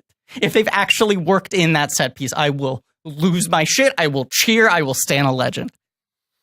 That is Spies in Disguise. Stand a legend. All right. Can we cross off the list? Yep, done. I crossed off the list. Okay, so here's another prediction. 8 more things. I think the live action, quote unquote, Lion King will be the highest grossing film in history. Oh, so we're just doing this now. David thinks I'm a fool, and I just want to say this on the record right now. Yeah. Now we're going to source out to our listeners. David has said we should have a bet with something at stake. Like a sort of a steak dinner type bet. But perhaps something a little crazier. Not in terms of expense, but maybe in terms of... Certainly not in terms of expense. Involvement, in terms of ridiculousness. Oh, sure. I'm interested. Well, or I was trying to think of like a more novelty meal. Right. Like that you would want to like, you know, it's like we owe each other dinner at Mars 2112. Closed except down. that's closed down. But like... A Chuck E. Cheese in medieval times. I mean, it has to be something that has a little like pep to it as a bet. You know? You know, I've never been to Dave and Buster's. David, you would love Dave & Buster's. I mean, it's right there in the name. My girlfriend hasn't been to Dave & Buster's either, and I told her about it, and humble brag, she found out for the first time that it existed, and she was like, what is this place? And I was like, imagine Chuck E. Cheese, but it's a bridge and tunnel bar. So and her how brain about exploded. Whoever wins the bet has to like treat you and everyone. The problem is I will be going there tomorrow night with my girlfriend because now she knows it exists. Fair enough. All right. I thought you guys were going to take it more like he has to drink milk and you have to do something you don't want to do. I mean, that's another avenue here.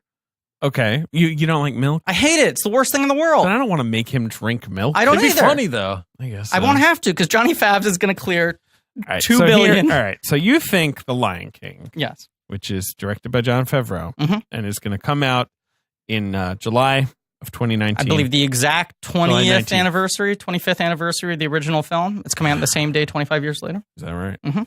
Nostalgia at an all-time high.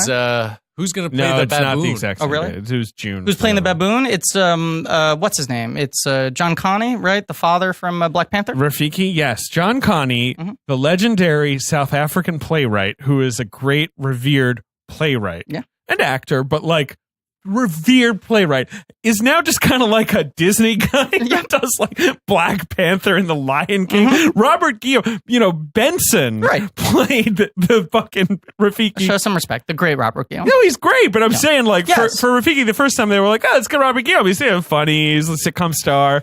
This time they're like, let's get legendary playwright. Well, Jon Favreau, I think correctly was like, oh, maybe Lion King shouldn't star predominantly white people. Oh, Robert Guillaume is black, but Robert yes. Guillaume and James Earl Jones and everyone else in the cast was white. Pretty much. Matthew right? Broderick does not seem like someone from the African plains. Wait a second. You're telling me Matthew Broderick isn't black? You know me, Simba from Africa. Yeah, this time I feel like the only Donald Glover, Beyonce. Of course, the great African American actor, Billy Eichner. No, I mean, Timon and Pumbaa are white because, I don't know, tradition.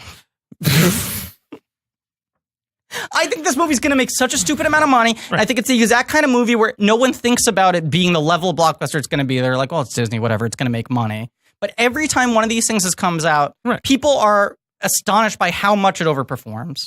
Look Yeah. at Beauty and the Beast. Look at fucking Jungle Book. right, but they did not make. They were not even close. But they've been escalating. They've been growing bigger and bigger. They have been getting They're gonna get bigger. bigger and bigger. Right. You have The Lion King, which is the most beloved of that generation. Yeah, I would agree. There's would a agree. new Lion King show on the Disney Channel. New generations of kids are getting really into it. Right. The trailer just broke all the fucking records outside of Infinity War. Yeah, but so what? Infinity War didn't crack the record. It's true.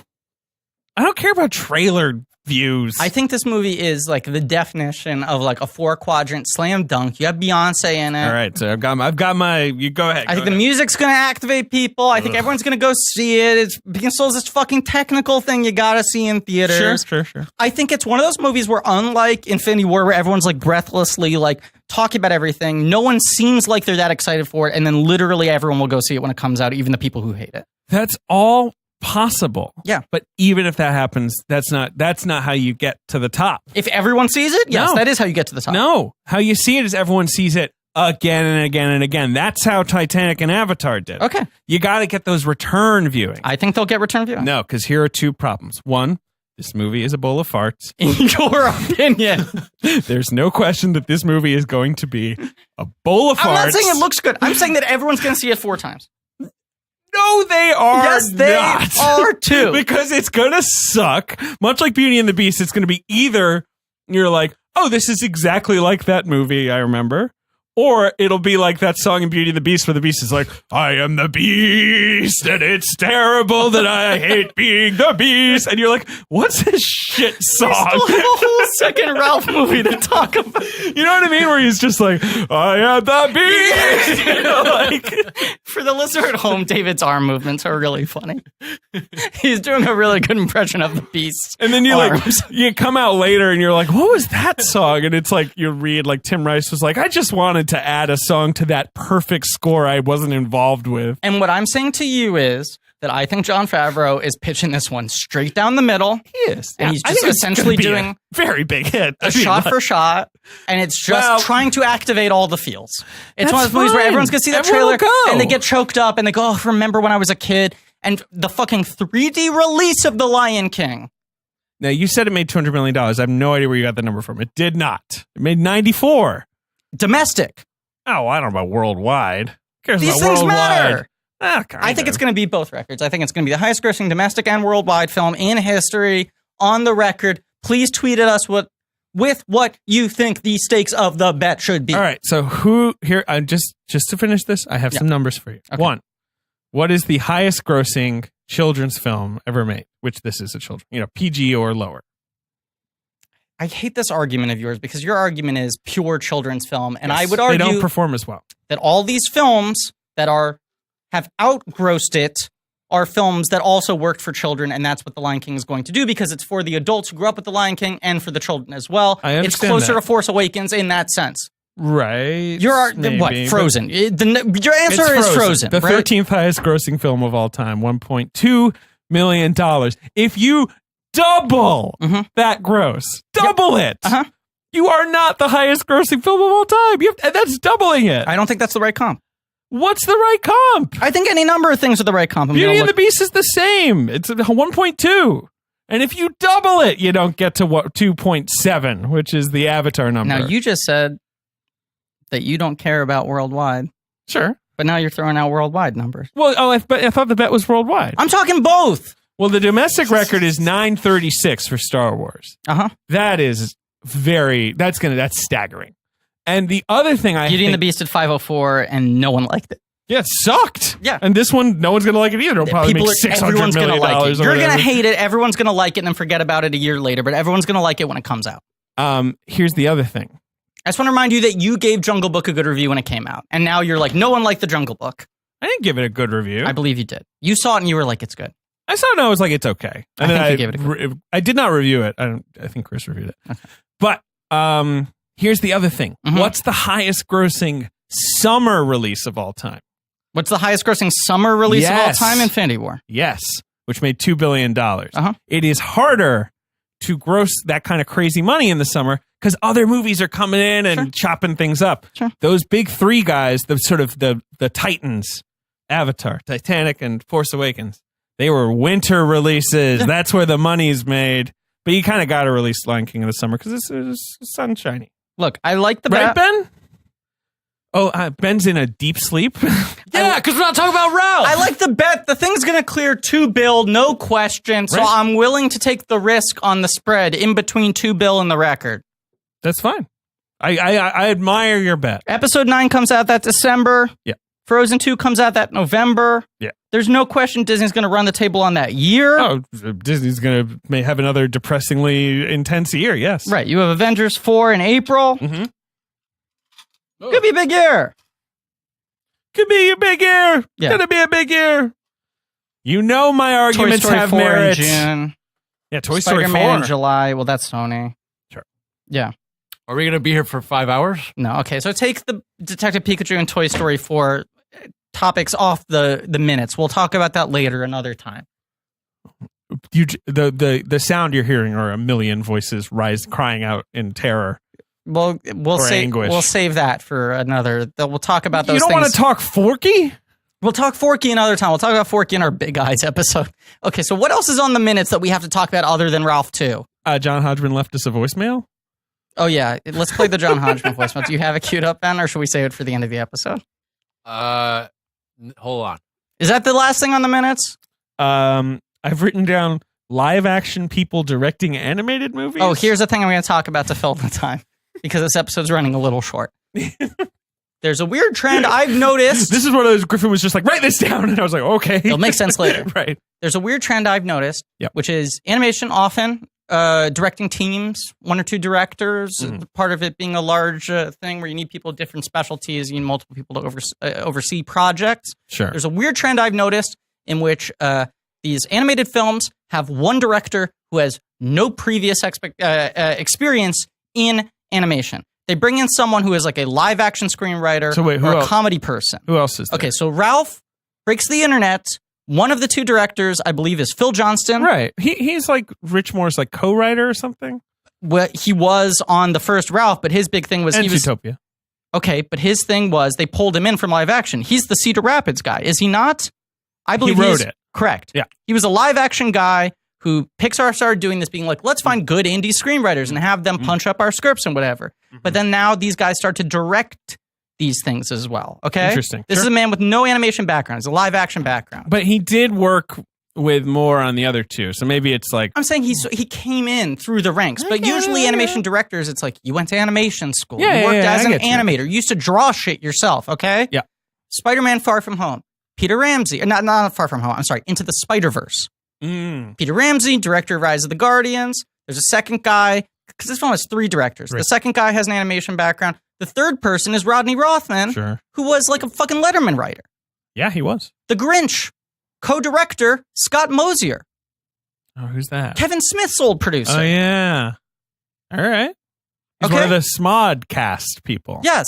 Storks, co-director Nick Stoller. We all remember Storks. I'm just saying, you got these things where they get like a comedy writer, director. I just Googled Storks, and I just got a Wikipedia entry for like storks. Yeah. Like the birds. There they are.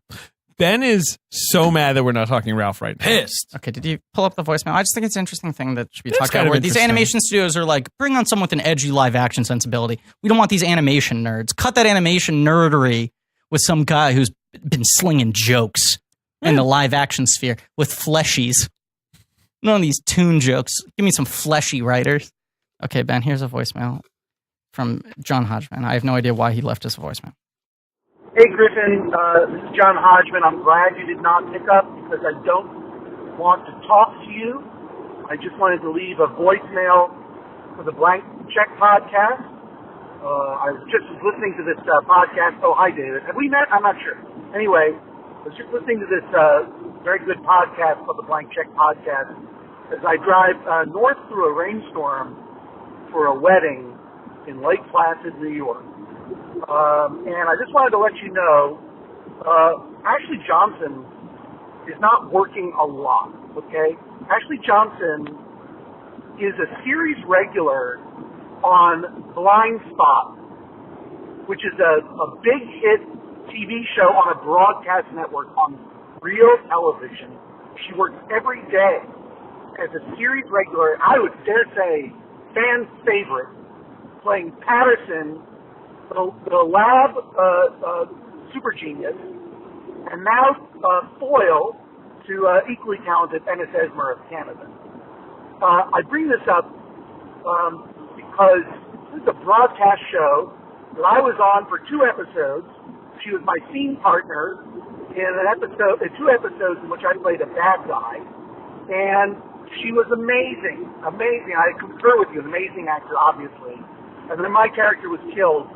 But she continues to go to Steiner Studios every day, which is 20 minutes from my house, and work this job. And I go to Steiner Studios every day to drop off my son at school and look in the gate and wish they would have me back. That got a little personal. Anyway, love the podcast. Look forward to hearing more of it. But I wanted to just correct the record. Ashley Johnson is doing amazing work on Blind Spot. Thank you very much. Check out my 2-episode arc on Blind Spot from season 1. Check out my 2-episode arc with the wonderful Lola Kirk, who is your guest on this podcast, this episode, on Mozart in the Jungle. And check out my new podcast, 2-episode arc with John Hodgman about all my 2-episode arcs. And then check out my multi-episode arc with my friend Griffin Newman on The Tick, which is a good show, even though it's not on NBC. Excuse me, my voice started to get a little strained there. Also, check out all my great voicemails on different podcasts, and of course, Vacation Land available now on paperback. Talk to you guys later. Bye. Okay, so just a couple explanations. Not that needs any explanations, because obviously the entire voicemail is very self-evident. You didn't tell me it was mostly about Blind Spot. So, of course, that when did we voicemail is in direct response to 6 weeks ago, our episode on What Women Want. Oh, yeah, she's the... When we said, Ashley Johnson, she still works a lot. She's the daughter. And he was enraged by the fact that we said she still works a lot. Right. And felt the need to correct us. Yeah. Drop a couple of his credits there. Yeah. At the beginning, when John Hodgman says, I'm glad this went straight to voicemail because I don't want to speak to you, I want you to know that I was woken up that morning. Right. I believe this was a weekend, a Saturday or Sunday. John Hodgman called me at about 9 a.m. I picked up the phone. He went, I was hoping you wouldn't pick up. Please hang up. I'm going to call back and leave a voicemail. And yeah, no further explanation. Obviously, John's not welcome on the show. He will never be on the show. We're happy to play his voicemails anytime. Anytime, but he will not be on this show. Yep. And you can take that to the bank. Just like you can take Griffin's Lion King prediction to the bank. And you will be able to get out a small business loan on the back of that prediction. Go subprime business loan, more like. Okay, so how much time do we have left? 4 hours? Let's start talking about... Ralph Breaks the Internet? Yeah. Well, before we do... Oh, God. Guys, It's weird how no one's listening at this point. Yeah. No, I'm I have kidding, all these I'm kidding. VHS tapes from growing up, and I don't you're so know- retro, like Ralph. Yeah, I'm fucking Ralph. You're Pretty 8-bit much. and you need to be multi-polygon. Yeah, what am I gonna do? I can't keep carting these freaking VHSs All right, around. There's two things here. One, VHSs, they're big. They're pretty cool. Well, yeah, they're cool, but they're Oh, bulky. large, heavy. They take up space. They plastic. rule, though. They do roll. They're cool. Two, we don't all have video players in our homes anymore. That's another thing you got to The look digital around. era has arrived. Ben, get yourself a legacy box. If you get a legacy box, you can turn those VHSs, things like that, your old photos, okay. You put them in the into box. something digital. You put them in the box. Film reels from the 70s, Yeah. VHS tapes from your childhood, anything with memories, perhaps, that are precious to you. Clunky physical media. You got to go into the interwebs like Ralph. You go to Legacy Box. Get in the cloud. They send you a box, a Legacy Box, And if the you will. box is physical. It's a nice tangible box you can hold. You put the I'm an things- analog guy. I like that. You'll love the box. You It's a put- quality box. Good card stock. It is. It's a very good, very solid box. You put the things you want digitized into the box. They've got good, safety barcodes for every item. You're going to get everything you send back. It's not like they're going to take your tapes away from you. No, but it's just now you got options. They give you personalized email updates to let you know how it's all going. Yeah. 450,000 families have trusted Legacy Box to do this stuff. They got a decade of experience. It's all done right here in America, and they're going to turn this stuff into anything, DVD, digital download, thumb drive. What do you want? Well, here's the thing, dude. Even if you're a physical media loving pack rat like me, right? Yep. I like to buy a Blu-ray, but I like to get that digital code inside, so I know I got options. You know what I'm saying? Right. I got a digital copy in the cloud and a physical copy. Right. That's the thing with Legacy Box. They're returning the stuff back to you. All right, but can I trust the people that are handling this you really really? like They're the sensitive most trusted material? and largest digitizer of home movies and photos in the country. I'm offended you would even I don't know ask. why you'd ask that question. Why would you even ask that? I just needed to know. You can trust them with your life. Okay. So there's never been a better time to digitally preserve your memories. You can visit legacybox.com today to get started. And this time, for a limited This time? they're offering Blank Check listeners an exclusive discount. Go to legacybox.com/check, and you're going to get 40% off your 40 is first big, order. actually. Ben, you like big things. That's a big discount. We That's a rarely good offer a chunk. discount that big. It makes the money smaller, Yep. but it is a big discount. The discount's big. The price you're paying is small. That's good. So if you go to legacybox.com/check, you'll save 40% today. You can get started preserving your past. Legacybox.com/check. Great. So let's consult the minutes again. This episode's very much on track. Absolutely. Definitely did not see this episode being overstuffed and annoying, and it definitely hasn't been. Ralph breaks the internet. Ben takes a sip. Good. So that Is that has what been our happens? episode. Are we done? Yeah. All right. So I already said I saw this at a press screen. We've talked about this movie somewhat, but Ben, I can confirm, it just seems so happy and relaxed watching this movie. Sitting next to me you in the guys went to theater. see it each other.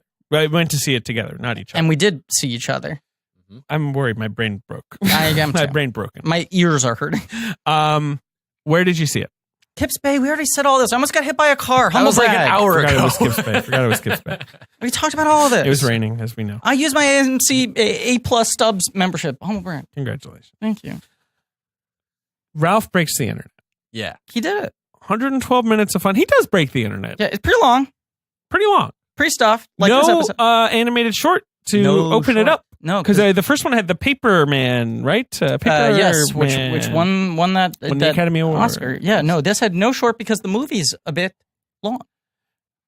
No short because Yes. movie long. No short, just one longy. That's what you call the film, a longy. So here is the premise of Ralph Breaks the Internet. Or do you want to handle it, Ben? I'd like to hear what you have to say, It's David. pretty complex. It's a Yeah. complicated plot. So I believe it's literally 6 years later, right? Yeah. Like it's the same They amount said of time. we've barely been apart for the last 6 years. And the routine now is Penelope's in her game kicking ass, Ralph's in his game kicking ass. But they hang out all the time. Right, when the arcade closes, they go to Tappers, they have fun. They go to Pac-Man, they pick up a burger. And Ralph loves this routine. There was a burger report in this movie. Can I report? Go ahead. Vanellope eats a burger in like the opening 5 minutes. Thank you for that burger report. Penelope von Schweetz. Yeah, no, it's like Ralph is settled into a very happy friend routine with his pal Vanellope. Vanellope does seem a little restless right away. Well, she thought, much like I feel like most of us do, God, if I could just get this one accomplishment in my career, if I could hit this one benchmark, I'd be so happy. I'd never have anything to complain about ever again. She's been pushing against the door for so long. Finally, the door is open. But what's on the other side? Well, it's kind of the same stuff. Right, and then your ambitions continue to grow. So Ralph builds her a new track in Sugar Rush. That's her complaint, is that she knows every Same track. old She track. knows every move. She knows every It's the power complaint of up. someone who would live in a video game. Right. Builds her a new track, but this causes a lot of consternation because, like, when they try the new track, they break the steering wheel on the arcade cabinet, the players. It turns out that arcade cabinet's no longer in production. At this point, it's kind of 10 years old, and the guy's like, I can't really. And he looks for a spare part, but it costs hundreds of dollars on eBay. And Yeah. the Ed O'Neill arcade owner is sort of a lovely man. Is because it is funny that he's like a nice, lovely man, considering that any arcade I ever went to as a child was run by criminals. Yes. I feel like he's very specifically riffing on the nice old man from King of Kong. Yeah. Who wears the referee. Yeah, right. So Criminals. So Sugar Rush might be. Your local arcade was run by Killer Croc, right? That's why BET was playing on every Thank TV. you. I was going to finish that one, but I let you have it. Merry Christmas. What a fucking terrible movie. Yeah, can't wait for Birds of Prey, the liberation of... I think Birds of Trey is going to be good. Trey? Birds of Trey. Yeah, that's my film I'm making about Trey Parker. I don't know! Spies in Disguise. Bird, good. So the game's in trouble. Yes. How are they going to fix Sugar Rush before it's going to get unplugged? It looks like the same conflict premise, flipped. except this time now it's this Sugar game's Rush. going to get unplugged. Certainly it'll be solved in a But similarly here's one thing straightforward I like way. right away. What? No, Vanellope's not mad at Ralph for making the new thing. No. You know, it's not one of those forced drama things where she's like, Ralph, you caused this trouble. She's like, whatever. Because It's annoying, but they're whatever. good friends. Friendship can solve anything. All the racers are displaced. Yes, they're taken in by the Wreck-It Ralph families and stuff like that. Felix and Calhoun adopt 17 children. Now, this is my biggest disappointment in the film. I said this to Ben. I thought they were going to keep cutting back to them, and it was going to be a nice little subplot, little blackout sketch updates. Maybe that was planned initially, and there just wasn't time. The I don't film's know. long. Yeah, But I do miss getting Felix and Calhoun, and I miss the racers. there's just so much other stuff. I miss to do, Francis guess. Flugger Butter. Did you Candlehead, we notice? stand a legend. Did you notice the Taffeta Mutton Fudge, who of course was voiced by Mindy Is Kaling, now voiced by Melissa Mader Villasenor. herself, Melissa Villasenor. doing a Mindy Kaling impression? I know she should be doing an Owen Wilson impression, but whatever. Yeah. But what has the arcade also gotten, Ben? A Wi-Fi router. What? So now they can go into the internet, which they only vaguely understand, and Because they're retro Save the game game. Yeah, characters. they're- well, they don't Systems. understand. They're Anything not with human. plugs they can get into. That's true. right. Right. So they go into the router through the plug, and then it kind of becomes like Tron. They become digitized. I do like that they just get the Tron thing out of the way like very early on. Because they're playing Tron. Like second 100 of the movie, it's like, here we are doing light cycles. We know this movie's very indebted to Tron. Moving on. So the world of the internet is sort of like this endless city filled with people. There are two kinds of people in the internet. There are programs, right, that like live in the internet, and there are like little avatar people, Users. which are users, right? Right. And the programs are kind of like trying to get their attention. And I do like, much like the real internet, when you first see it, you're like, wow, the possibilities. Right. This seems so utopian. It's almost like a Logan's Run type society. And the closer you look, you're like, wow, this is actually really frightening. Yeah. It's kind of like a Logan's Run society. Right. That's why, I mean, Ready Player One is my comp. This is good Ready Player That's One. what Ben said the second the movie ended. Well, that's what I said the second the movie ended. You can ask the mother of Blanky's Emily and she did. I said it to her in the lobby. Well, that's a humble brag. And also, I got hit by a car. So please try to be considerate this time. I'm sorry. We were really, like, Ben and I had gone through a lot by the time the movie ended. So when Such he as said, you'd seen the Spies in Disguise trailer, you I had had gotten almost been hit hit by by a a car. car. You had been hit by a car. I got tapped. I got love tapped. And so when Ben turned to me and said, this is good Ready Player One, it meant a lot. You know what I'm saying? Like, I understand you saw the movie with Emily. That's cool. I wish I was there. Thanks for inviting me. But also when Ben said it to me, it had a lot of emotional weight because of what we had gone through to get to that point. And then later, Doug I was Loves hoping for Movies. more. You finished that soda 4 hours ago. I was hoping for like a little bit of the ice had melted or something. Yeah. Okay. Okay, I'm losing the boys. All right, let's get back on track. Okay. All right. So tired. So we're in the internet. The design of the internet's great, You like right? I like that. At the top, you have all the sleek stuff, but then, of course, down at the bottom, you got the dark web. that? Right. Jordan Peterson's hanging out in dark alleys. So- There are a bunch of fedora shops. So Hader is playing the little ad guy, Uncredited. right? But he's not credited. Right. What's up with that? What's his name? This character is great. It's not Slarmy. JP Spamley. Spamley. I love that. He's like kind of throwbacky internet, like, right? Yeah, he's got like a flat cap. You He's, know, he's like the shoe shine that you go to for information in a war film. the joke is like there's this sort of like forgotten internet that he is kind of a part of. Pop-ups. Right, the annoying pop-ups, which is sort of being like more and more discarded. Right. And then you've got the algorithm and the YouTube analog, right, which is Right. like more like the new internet where everything is sort of carefully calibrated to attract the most viewers. Right. But let's say the central obstacle here is they need to get enough money to buy This scene is so funny. the wheel I think on this scene eBay. is so They go to funny. physical eBay. They go to eBay, right. I do love that really drawn out scene where Ralph puts it together by Felix going, "Ee boy." Right. But they go to physical eBay, and Vanellope's like, "I got this figured out. You just have to say a bigger number." Yes. But then they get so into impressing Just each other saying with how big big the numbers. numbers that it ends up costing $27,000. Something like that. I just think that scene's so It was funny. originally $200 then, right? I like Yeah. that they're still children in a way. Yes. Like, right? Like, the inherent premise of the movie Yeah. is they need to raise so much money just because they're kind of silly. Vanellope's kind of like a little rascal. Yeah. With She candy feels in her like hair. an Our Gang comedy kid. Right. Yeah. Right. And Ralph's just a big goofball. Big galoot.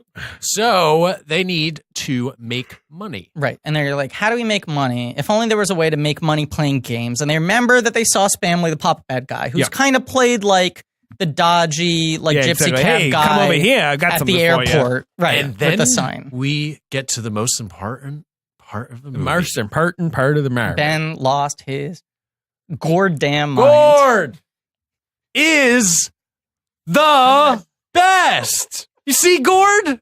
Yeah, Gord's He's cool. got a turtleneck Sure. with big eyes. Yeah, what's Gord? And his arms are weird. What more do you need, David? Because it's like, it's down in the dark web. There's like the slug guy played by Alfred Molina. Of course. I immediately DM'd Jamie Loftus Yeah. and said Alfred Molina. Got a slug, Quado. This movie is so dense. It is. But Gord's arms move like the old mobile game Snake. Yeah. They sort of pipe And out he's at got hard kind angles. of like a... You only see his eyeballs. The turtleneck's up high. He's He's got like two big... Kilroy was here. He's like half of a head and a nose. What's the joke with Gord? It's just good. I can't tell you. David. I agree. He's just good. I can't tell you what the joke is, but I can tell you it plays. In the ad played in your theater? Oh, God, you kidding me? Gord kills. Gord kills. I actually asked a projectionist to rewind. Our screening took 6 hours because he kept on making him replay the Gord scene. Ben lost his mind Oh at my Gord. God. Yep. Gord's cool. Yeah. Yeah, he so has nothing to do with the movie. He's just kind of there. He does. He hands him the He thing. hands them And things. he also, his cousin is shady. If you can get Shank's car, Right. you'll have the He's money. like, because first he's like, right, go, because there's the bizarre true fact that these online games have their own like internal commerce. You can actually make real money gathering virtual items. You have, I don't know, what do you call them? Gunters who are searching through games looking for digital items they can flip Artemis, we for stand a real legend. money. Artemis, we stand a legend. I don't know why I think it's funny to say we stand a legend, but it is. I don't either. And I'm so glad that we have months of episodes booked up in which you keep saying that. The time the episodes come out, you will probably be irritated with your own bit. So But that bit fucks. what? Stand a legend fucks. Oh, thank you. As a bit. Right. Yeah. And they're like, oh, And fuck slaps. They're like, we can't make like $3 a pop here. We need money fast. So he's like, all right, we'll steal this big car from Slaughter Race. Right, which is sort of like an online. I feel like this is right. This is the Grand Theft Auto Sims world. They were trying to make a joke, even like dialed up even more with this kind of Mad Max but flavor. then it's also got this like online MMO kind of vibe because you Right. see the people playing in it. I like how they're animated, the weird player characters who Yeah, aren't yeah, really yeah. coordinated. But it feels like it's a little bit like the Fortnite thing too, where it's like just this never-ending campaign to try to collect as much shit, And I just upgrades. I and- like yeah. that there's some video game I do too. satire. You know, we're not completely dropping the video gaming stuff. Yeah, You have Gal Gadot. the great Gal Gadot. A coup for this movie in terms of social media influencing, according to a Deadline article I read. I hate those Deadline articles. Isn't it crazy though? Where They're like, we don't know if this movie's going to perform because Tom Cruise isn't very active on social media. ugh. But then they do the opposite with like no-name actors you haven't heard of, and it's like, but he does have the 5.6 million. Logan, I don't know. Everything's bad. Burnt down the industry. Let Ralph wreck it. No. The future is influencers. Well, this is the thing. Is like Ralph should be allowed to wreck the internet. He should. It's bad. It's a bad place. If Ralph broke the internet tomorrow, I think everyone would be like, "That's for the best." I kind of wish the movie ended with Ralph actually permanently breaking the internet.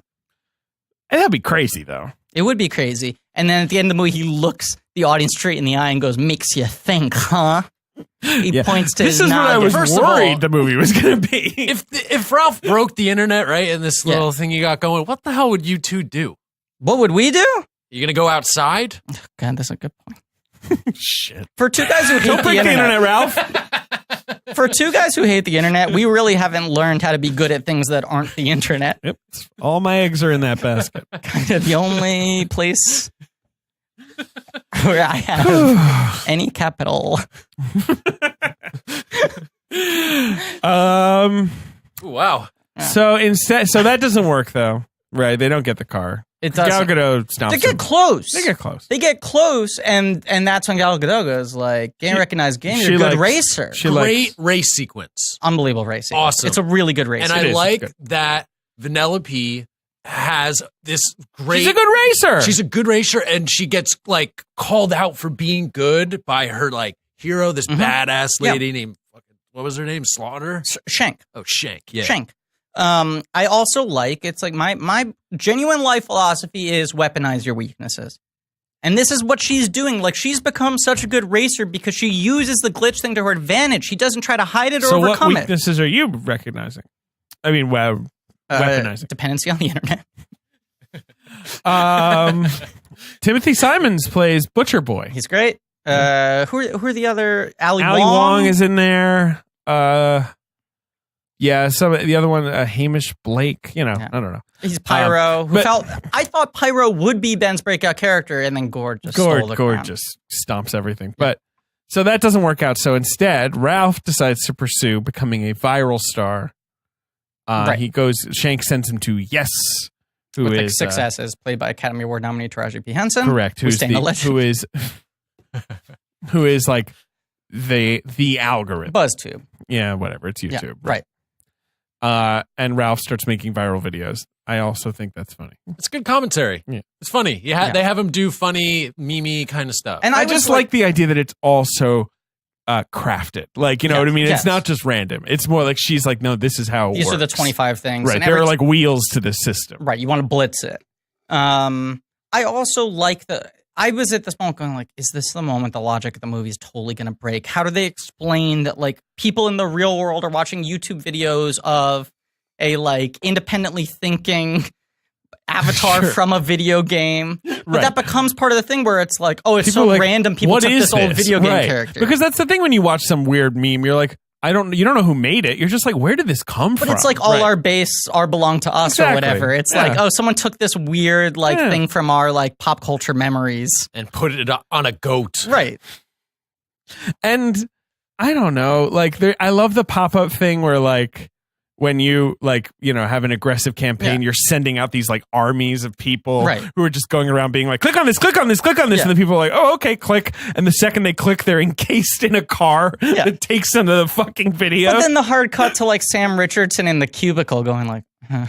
Right. Hey, you should watch this. It's totally random. It's good. Yeah, it's good. It's like it kind of gets at the whole sort of thing. There's a really good TED Talk I watched yesterday about how weird the sort of YouTube algorithms are, especially in relation to children's YouTube programming. Yeah. Because, there are all these people where it's like there's certain types of kids videos that perform really well on YouTube because parents are just like to put on a playlist. But then people have figured out what those buzzwords are and try to create videos that will just end up circulated into those playlists. Right. But a lot of them are like, oh, it's like Elsa from Frozen gets pregnant. And they're like weirdly dark, but they're not parodies. And no one can figure out if they're made by algorithms and robots or if they're actually made by people who are just craving and want the ad money. Right, because this is like where Baby Shark is and shit, right? Where it's like all this stuff gets like filtered 1,000 times by algorithms. Right. I don't know. And you're like, is it algorithms replicating what people want or is it people replicating what algorithms say? It's kind of both. Yeah. It's all dark stuff this movie's making you think about. So the other thing he does is he goes to the Disney personality. I mean, Vanellope. While he's doing this, Vanellope goes to the Disney personality quiz and meets all the Disney princesses. Right. And Originally, there's like Star Wars. When they started developing this movie, Disney Infinity, my favorite video game of all time, was still in existence, which was an online video game in which you had all the different Disney properties. And that's how they were going to work these characters. And we stand a legend. We don't stand that legend. We stand that legend. So instead, it doesn't matter. It's just she meets the Disney princesses, and you all saw the fucking scene. It's like a good sketch. Yeah, it's fine. It's a good sketch. It's well written. Those are good gags. Yeah, they're okay. They're good gags. I like that she introduces the idea of being comfy to them. I like. I like when they do the spinning Batman logo thing. Yeah. It's fun. I like the comfy shit. They'll look cool. I think it's good commentary, too. It's good commentary. I was afraid they were going to hit it too hard. I thought it was good. They hit it a little too hard. I just think it's kind of. I like that they come back at the end. I thought it was clever the way they all use their powers together. I like when people use powers together. The kind of dudes that get upset by that kind of shit. I'm like, it makes me happy that they're will hopefully see this or like have some like hot take on the internet about why it's like offensive to them. So that's what makes me excited about it.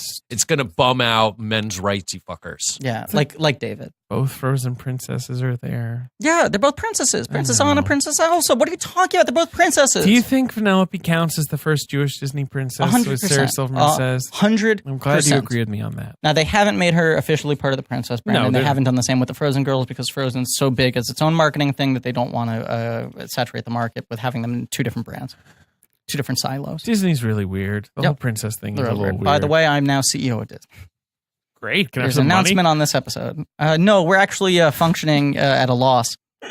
Did you see that yesterday? Ed Solomon was tweeting about the fact that he got his accounting report for Men in Black because he wrote the first Men in Black. In the red or and whatever. They're claiming the film is still losing money every year.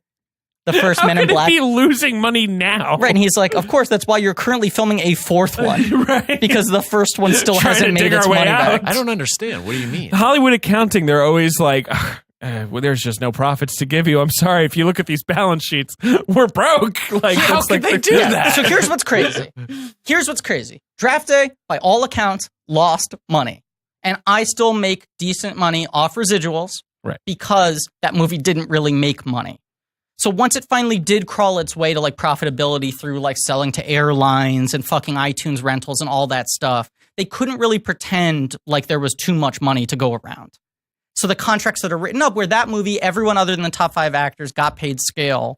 So the agreement was that you have deferred royalties if the film ever made into profitability is fine. But if something like Men in Black makes so much fucking money that the studio stands to make a ton, what they do is all sorts of weird insider trading where they did this with the Harry Potter movies and Smoking Gun linked a bunch of these documents. And they were like, oh, we're sorry. Harry Potter 5 didn't make any money because we spent $200 million advertising on billboards that were also owned by Warner Brothers. Right. So Warner Brothers Studios, the film division. But it's because they're technically renting from another part of Warner Brothers, it counts as can say the movie didn't make any money because we spent too much on advertising. By the way, the advertising also was us. Has its flaws. Yes. Can we say this? Yes. Maybe Ralph will break capitalism in the third one. I want the third one to just be Ralph Breaks America. What if he got an ATM? Yeah. And Ralph went into the very notion of Wall Street economics. What if Ralph became Bitcoin and then tore down the capitalist society that we are all slaves to? Ralph Coin. Ralph Coin. So Ralph buys a virus. Yeah. Why does he buy the virus?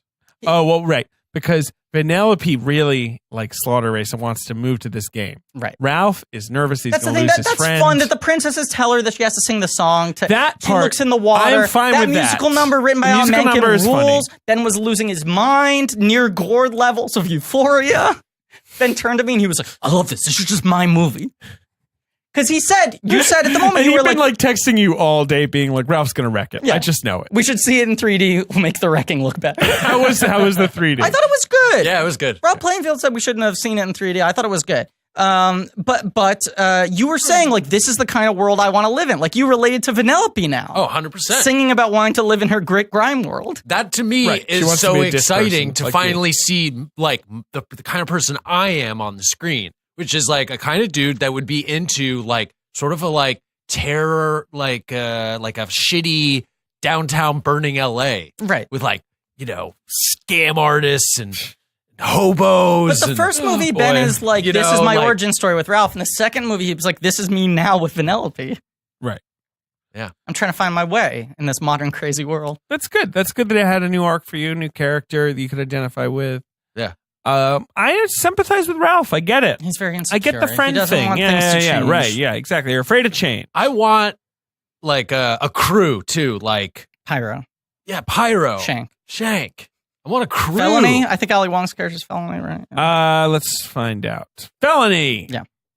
If anyone wants to be in my shady Butcher crew boy. Butcher out boy. there, Fine.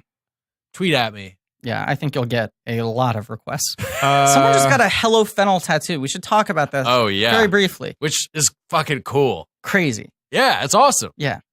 Yeah, so I think people will want to join your crew, seeing as how people are permanently The Fennel putting Gang? your words on their body. Ben's Fennel Gang? Ben's Fennel Remember Gang. when you were just trying to like say like hello fellas and gentlemen or something? It was something Yeah. like that. I think it kind of went down if I had to redo it. When it's something I was like, hey, well, no. It was so fast. Yeah. You went like, hello, Fennel.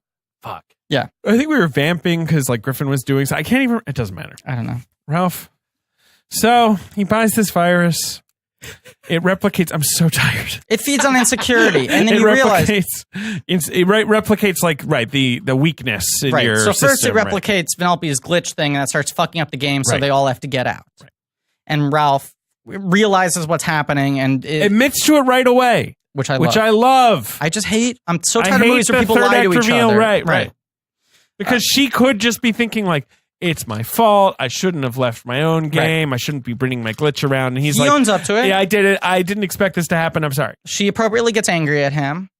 But in order to free her from the game, because if she was stuck in there when the game shut down, she would have gotten trapped because she's a glitch. She's not of that world. In order to free her, he also lets the virus out and the virus starts attacking the internet at large. Well, yeah, but what it attacks is Ralph's own personal insecurity. It replicates it. And here is the thing. I had seen the movie before Ben. Mhm. And Ben asked if he would like it. Mhm. And I said, I think you'll like it. And then I was sort of thinking, I was like, there's one thing you'll really like. Just based on the things that you like. Ralph. Big things. You like Big big Ralph. things. You like Ralph. Could Ralph get bigger? Now, here's what's especially good about what happens. One, the monster is big. Very big. Huge. Two, the monster is made of many Ralphs. One might say a big amount of Ralphs. And Ralph himself is big. Right. So many Ralphs, a big amount, makes big Ralph a big Ralph. Yeah, but also each Too big. individual Ralph is relatively big. Big. 3 bigs. Sure. So a big amount of big Ralphs make a bigger Ralph. So did you like that thing? Where he's If big? my fucking You like head, that? my head exploded. It was fucking all the things. So anyway, did you like that he was big? Yeah. Cool. Listen, more big stuff. Yeah, he gets all big. He's a big Ralph monster, and all it wants is to be friends with Vanellope. Yeah. I do feel like this is probably where the much hyped, you can't believe it, it's going to break you, all the feels, emotional ending of Toy Story 4 is probably gone. Oh, My really? guess is that Toy Story 4 is moving towards some permanent separation of Buzz and Woody, and thus Woody from the rest of the toys or what have you. That is my sense I got from all the reading I've done about this Because Tom complicated Hanks and Tim fortress. Allen have been doing these like interviews with their like, we just recorded the last scenes and it's so emotional. It's the show of Toy Stories. You can't deal with it. What if Toy Story 4 is 9 hours long? Yes. Yeah, whatever. Toy Story 4, I just don't give a shit. Okay, please show a little bit of respect. No. Yeah. Woo! Wreck-It Ralph 2. Ben turned to me when the Toy Story 4 trailer happened. That also played, I assume? Yes, Yeah. and he said, what happens if this movie's bad? And I said, Ben, I'm spending every hour of my day preparing for it. Right, you're like building a fortress. You're like buttressing every wall. I'm like Michael Shannon in Take Shelter. Right, I'm just like, everyone around me is like, are you okay? And I'm like, I just this need is to be necessary. prepared. I just need to be You've prepared. become a doomsday prepper. Yes. You're so weird. Yeah, I am. You and your Toy Story. Yeah. No, okay. Leave well enough alone. I like Forky. I think Forky's cool. We stay a legend in this house. Go on.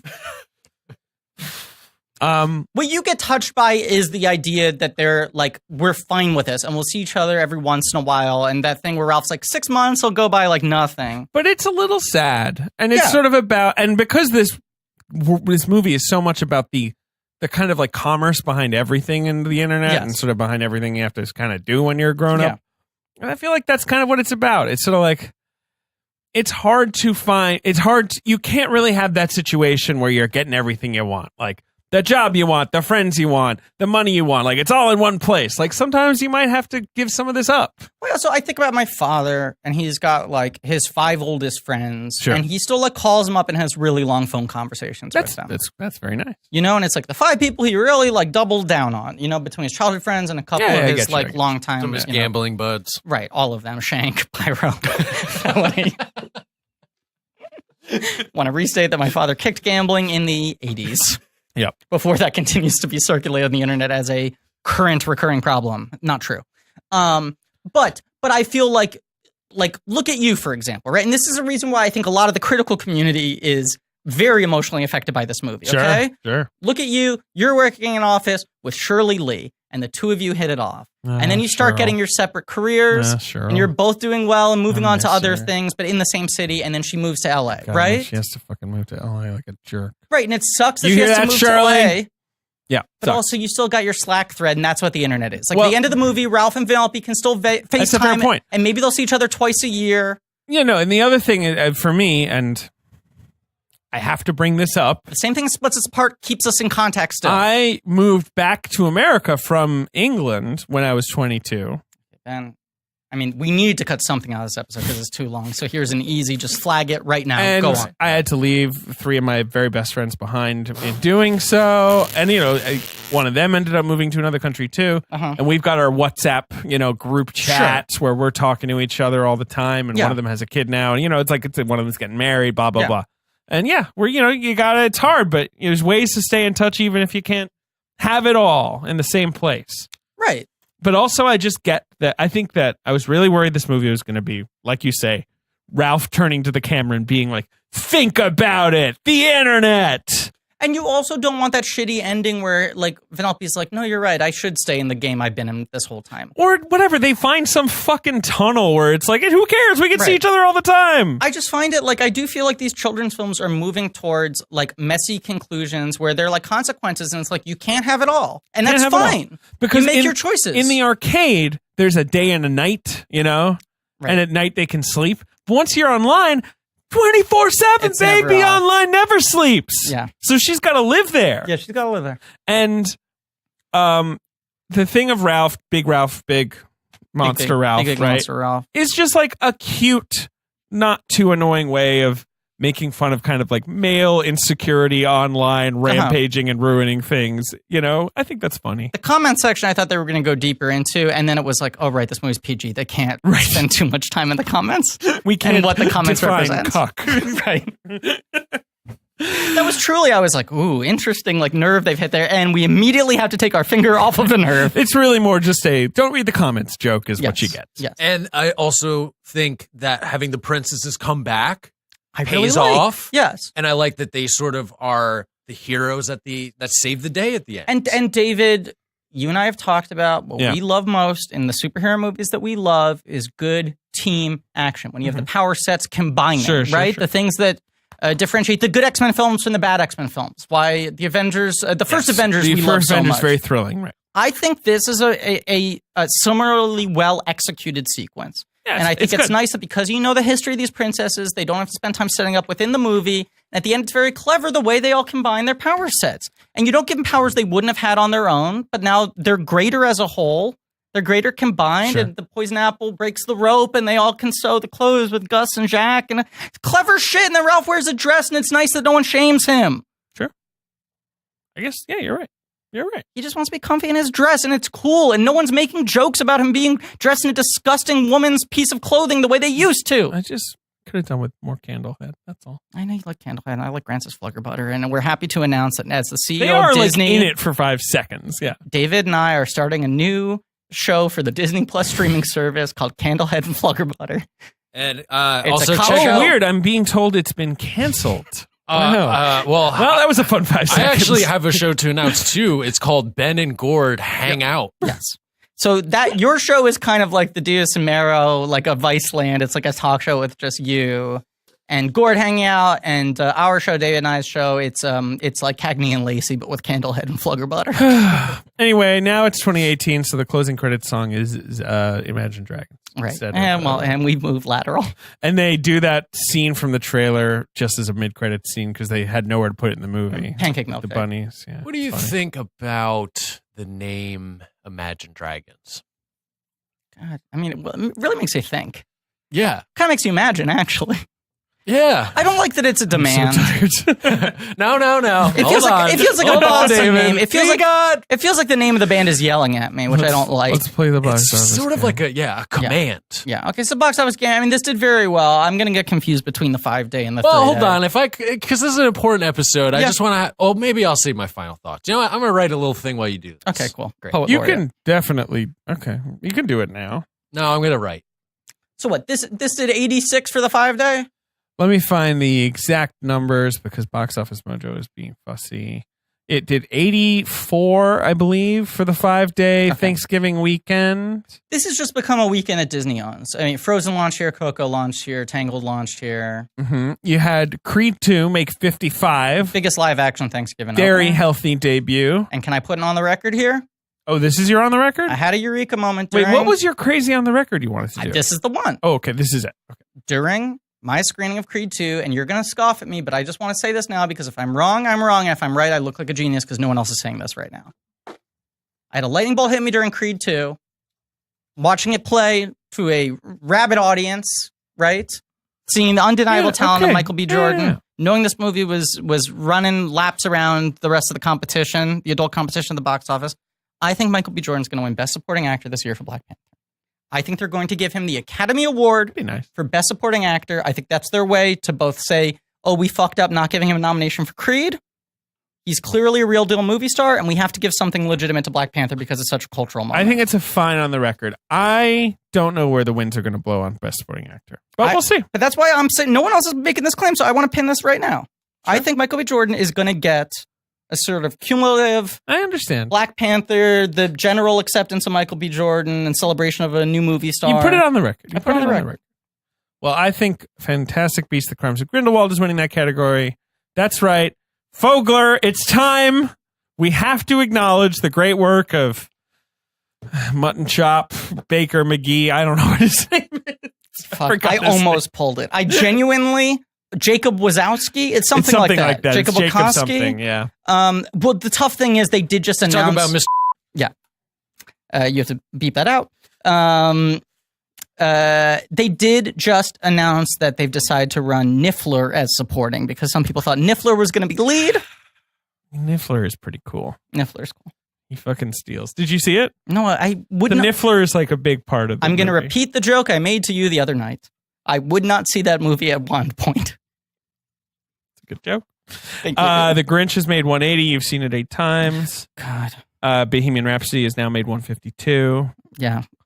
You Look, got some other hits in there. So You've got, happy Bohemian Rhapsody's making that money. You've got Robin Hood, which is one of the only movies I have ever walked out of. You walked out of it? I walked out of it. For what reason? Well, I went to see it Mhm. at a press screening, Humblebrick? and 5 to 10 minutes in, I was sort of like, well, I'm not reviewing this. Like, because it was sort of coming out on Thanksgiving weekend anyway. It's like a hugely busy week with a bunch of movies I had to review, right? Right. So I'm like, pretty quickly I'm like getting the picture like, I don't like this, so I don't think it's going to be worth reviewing. Well, and you had already gotten your biased paycheck from Disney to give Ralph a good review, so why? Right. Yeah. And then like 15 minutes in, I'm like, wow, this thing sucks. You know what I mean? Or I'm like, oh, I wasn't ready. Like I figured this was going to be kind of like the King Arthur thing where it's stupid, but whatever. But I'm like, this isn't even fun. It's also 5 hours with an intermission. It's not that long.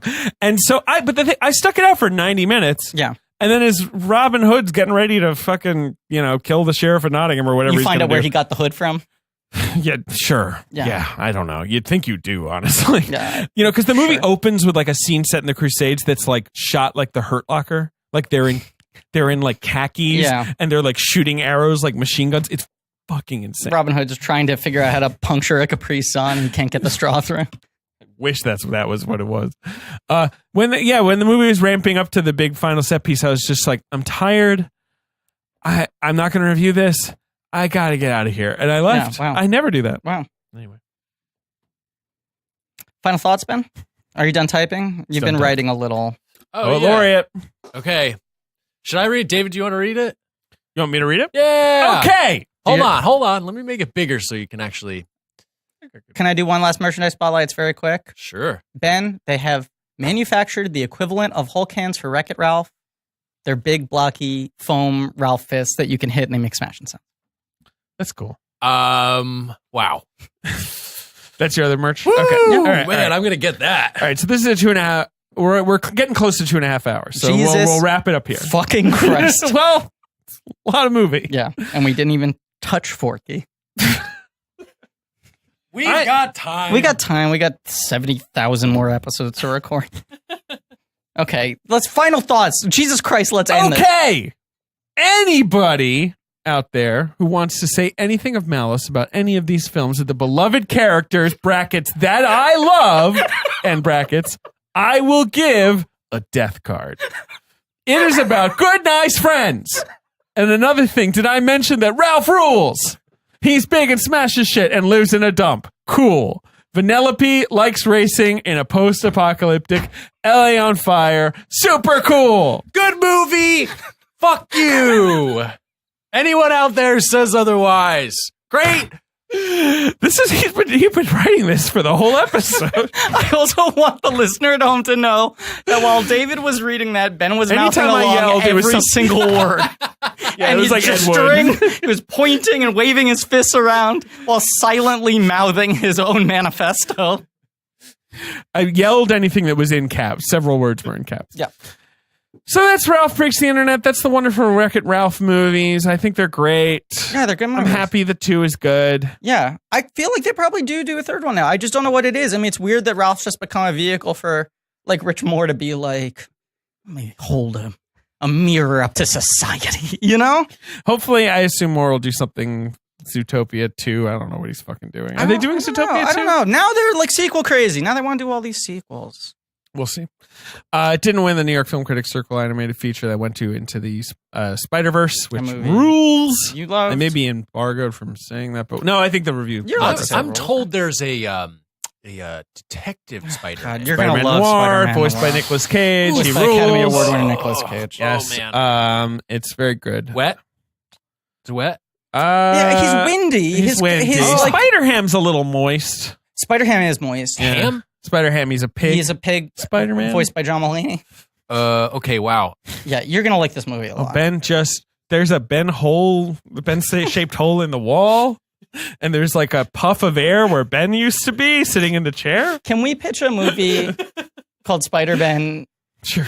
Yeah, Spider-Ben. There you go. Into the Benderverse? Yeah, right. And it's into the Purdueverse. I want to see like the 6 into different the Fennelverse. versions into the Fennelverse. I want to see the 6 different versions of Ben that come out of a wormhole. Oh God, Ben! Right, I just want to say one last. Can I say one last thing on the record that we're going to end the show? David, sit down. Don't pee yet, because I want you to agree with this. Yeah. Ben is going to lose his fucking mind when he sees the character design of Kingpin in that movie. Oh my God, you're gonna love it.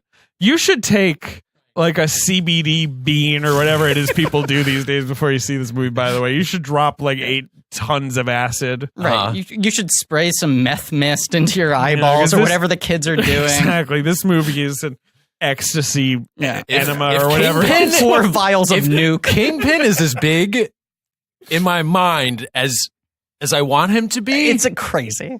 Ain't small. That's all I'll say. Not little. Not a little guy in this one. No. No. Larger than the average man. So huge. He's pretty big. Yeah. Yes. Thank you all for listening. Oh, wait, no, Ben, you have to end the episode. Oh, thank you all for listening. Thank you to Ange Fergudo David, for sit our down. social media. The episode isn't over yet. Thank you to Lane Montgomery for our theme song. Correct. Thank you to Joe Bowen and Pat Reynolds for our artwork. Go on Reddit. Blankies.reddit.com for some really nerdy shit. And hey, feel free to weigh in on Reddit if you want to join Ben's dystopian gang, and also if you have an idea for what the stakes of the Lion King bet should be. Feel free to do that. Twitter and Reddit. Reddit or Twitter. Go to TeePublic. Oh! Because if you've still listened to the end of the episode, it's beginning to look a lot like Merchmas. That's right. Some new holiday season designs that are not holiday themed at all, but capitalizing on the fact that people buy things this time of year. Yeah, so we got at least 3 new designs. No Bits Pro Smits. A solo Fennel shirt. Yes. A 2 Friends shirt that's a really fun design. It's going to look great. New stuff. All new stuff, so check it out. And that should be available now. Get a throw pillow. Get a water bottle. All the stuff. I don't know. There's stuff. There's stuff. So check that out. We're going hard in 2019. 2019 is going to be fucking hard for BC. It's going to be a big-ass year for BC, baby. Yeah. I guess that's it. Oh, and as always, death cards for anyone tries to talk shit about my beloved Ralph. We stand a legend in this house. Think about other movies that don't have big stuff in it. Add a big thing to it now. Better. Downsizing. A movie. Well, that's a whole other. That's a movie I like. That's a whole other I thing. will say, I do Honey, kind I of. Shrunk the Kid. I do feel. No, Ben likes Honey, I Blew Up the Kid. Right.